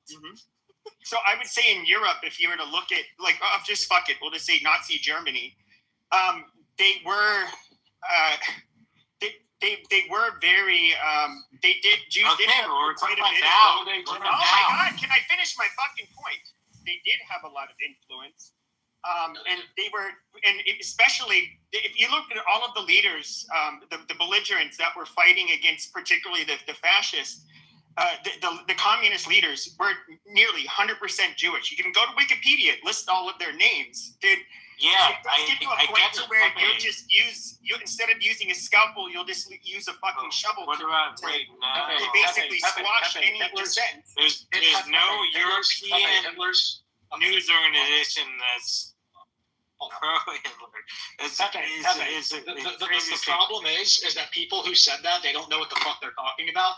They were pointing to Jewish finance and the banks controlling everything, which were the Warburgs and the Rothschilds. That's the people that they're talking about. What you don't realize is that most of the war funding were from public banks, not from private banks. So the Rothschilds and the Warburgs had little to do. They had little to do with the start. It was just a cope to try to hate on Jewish people because they were like rising up in power and they were overrepresented in terms of how well they did. But people who say, "Oh, Jewish finance controlled the wars and they started World War I," you just don't know what you're talking about. Yeah, you don't know you're barking up you don't the know wrong what tree. private banking No, versus but public banking is. You don't know the funding between the two. You're responding to something I did not talk about. I didn't even once mention financiers or banks. That was the claim. That was the claim. Yes, but my claim was something. Yes, but I made an entirely different claim.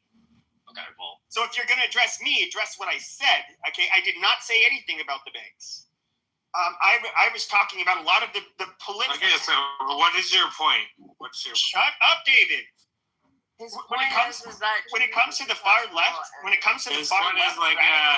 violence that they had, that was led by Jews in Germany. That's one thing that nobody's going to be able to disprove. Okay, you're making a point. Here's the reality. Here's the reality. The reality is that Jews are a very small percentage of the population, and they have an overrepresentation in influential parts because of their habits and because of their culture of their people. And why are you telling us stuff that's so remedial? Like I know, dude. Because what you're saying, you're so. With all due respect, but it seems like you don't understand. So. You're just I'm somebody who would talk about race realism all the time. I'm not going to speak about which groups tend to have the best outcomes. This is so educate you on oh my God, David, you're fucking blackout drunk. Shut up. Two types of people in the world: those who want to know and those who want to believe. That's right. That's right. Wants to believe. Yeah, it's just like, dude. Like the reality is that. People are just looking for a reason to hate Jewish people because some people to a degree, yeah. I mean, to be honest, it's weird. It's like, dude, like I walk around during the day, I live my life. I don't have I like the position that I'm in. There's nothing that's preventing me. It's not like like McZed is sitting over here like preventing me from doing what the fuck I want to do and living the life. Sure, I think when you're looking at things through, you're looking at things through. Oh my God, David. Yes, you're looking at things through a very modern lens that's not in wartime. Now, when you have a very fucked up economy, when it's hard to eat, when there's political violence. Let me finish, David. And you just so happen to see, and you have to understand, it's the lens in which you're from what you're experiencing at the time. Okay, the Germans had it very rough during the Weimar Republic, and then you see, okay, there's one. They were Nazis. Shut the fuck up, David. There's one I'm group sure of I people, won for okay, that 6 still years. tend to be doing fairly all right, and they seem to be the ones that are politically your enemies. You don't understand psychologically. Hold on, psychologically, you don't understand. People are human. They're gonna have a reaction to that. I don't know what else to fucking say. I mean, I just don't know what your overall point is. Like, it's the reality of the situation is.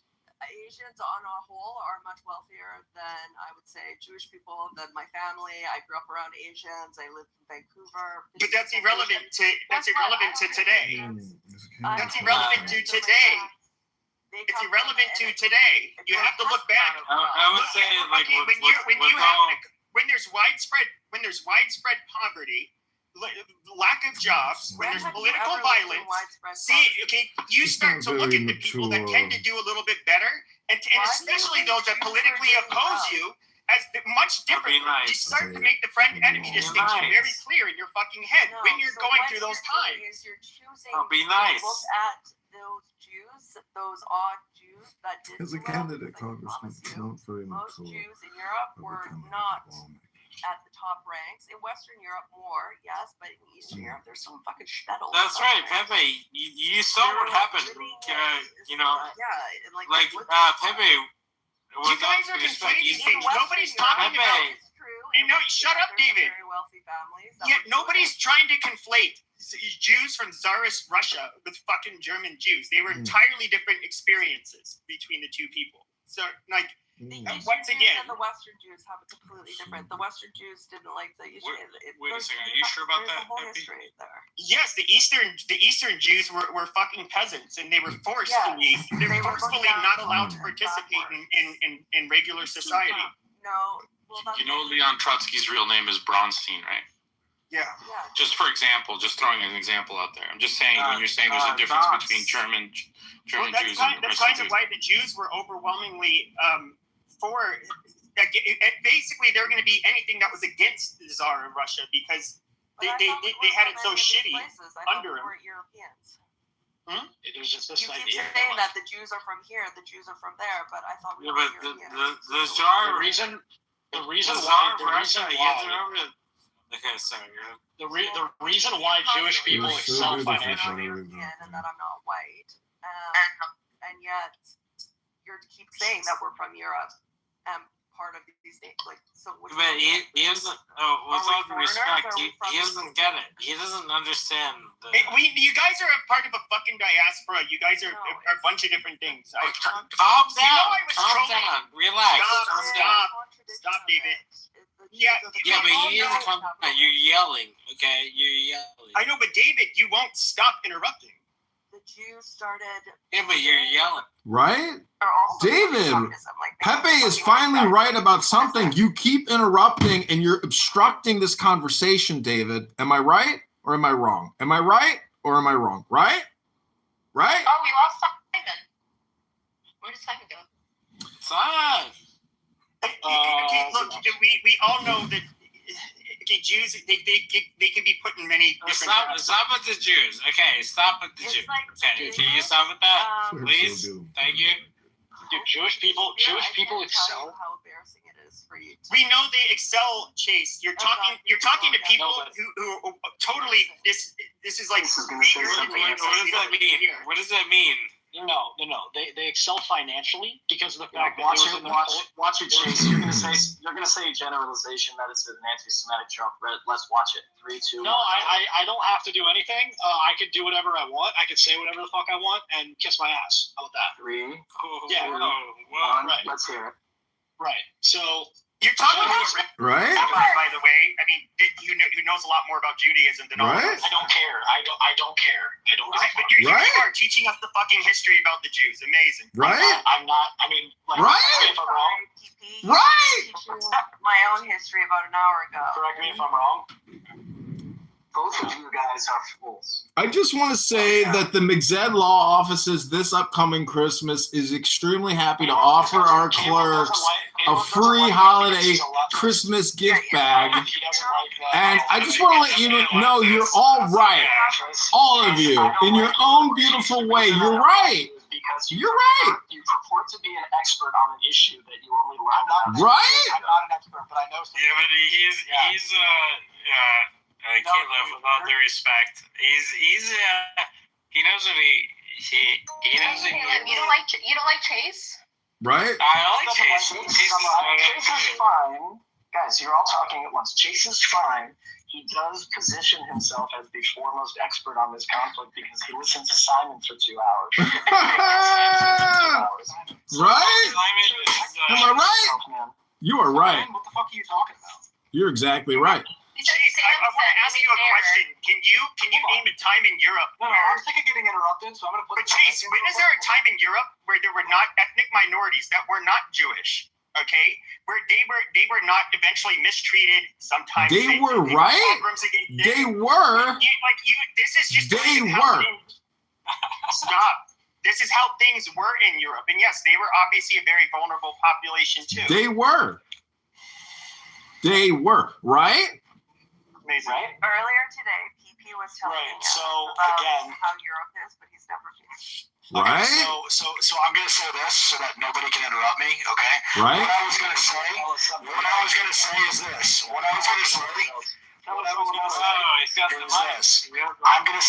gonna say that the reason why they've excelled in finance throughout Right. all of time is because that's all they were allowed to do for the most part. Because they were discriminated against, so they Right. were only allowed to do certain jobs, and then they excelled in banking. And the reason why is because they excelled in banking, and therefore, Caleb, shut the fuck up. I can talk over you. Shut the fuck up. So again, the reason why they excelled more than other people is because that's all they were allowed to do, because they were systematically discriminated against for hundreds of years. So people crying about the banking thing, it's like, yeah, well, I mean, that's the reason why they were pushed into that whole thing. Well, that's where this whole thing stems from. Like, that's where the whole thing goes from. It doesn't matter. That's where the whole thing comes from. That's why there's this whole thing. No, that's why there's this whole damage in the rings. You need someone to break your jaw like Jake Paul. Dude, I would literally kill you, Caleb. Right? Right? Right? Caleb, you live in Jersey. You don't live too far from me. So He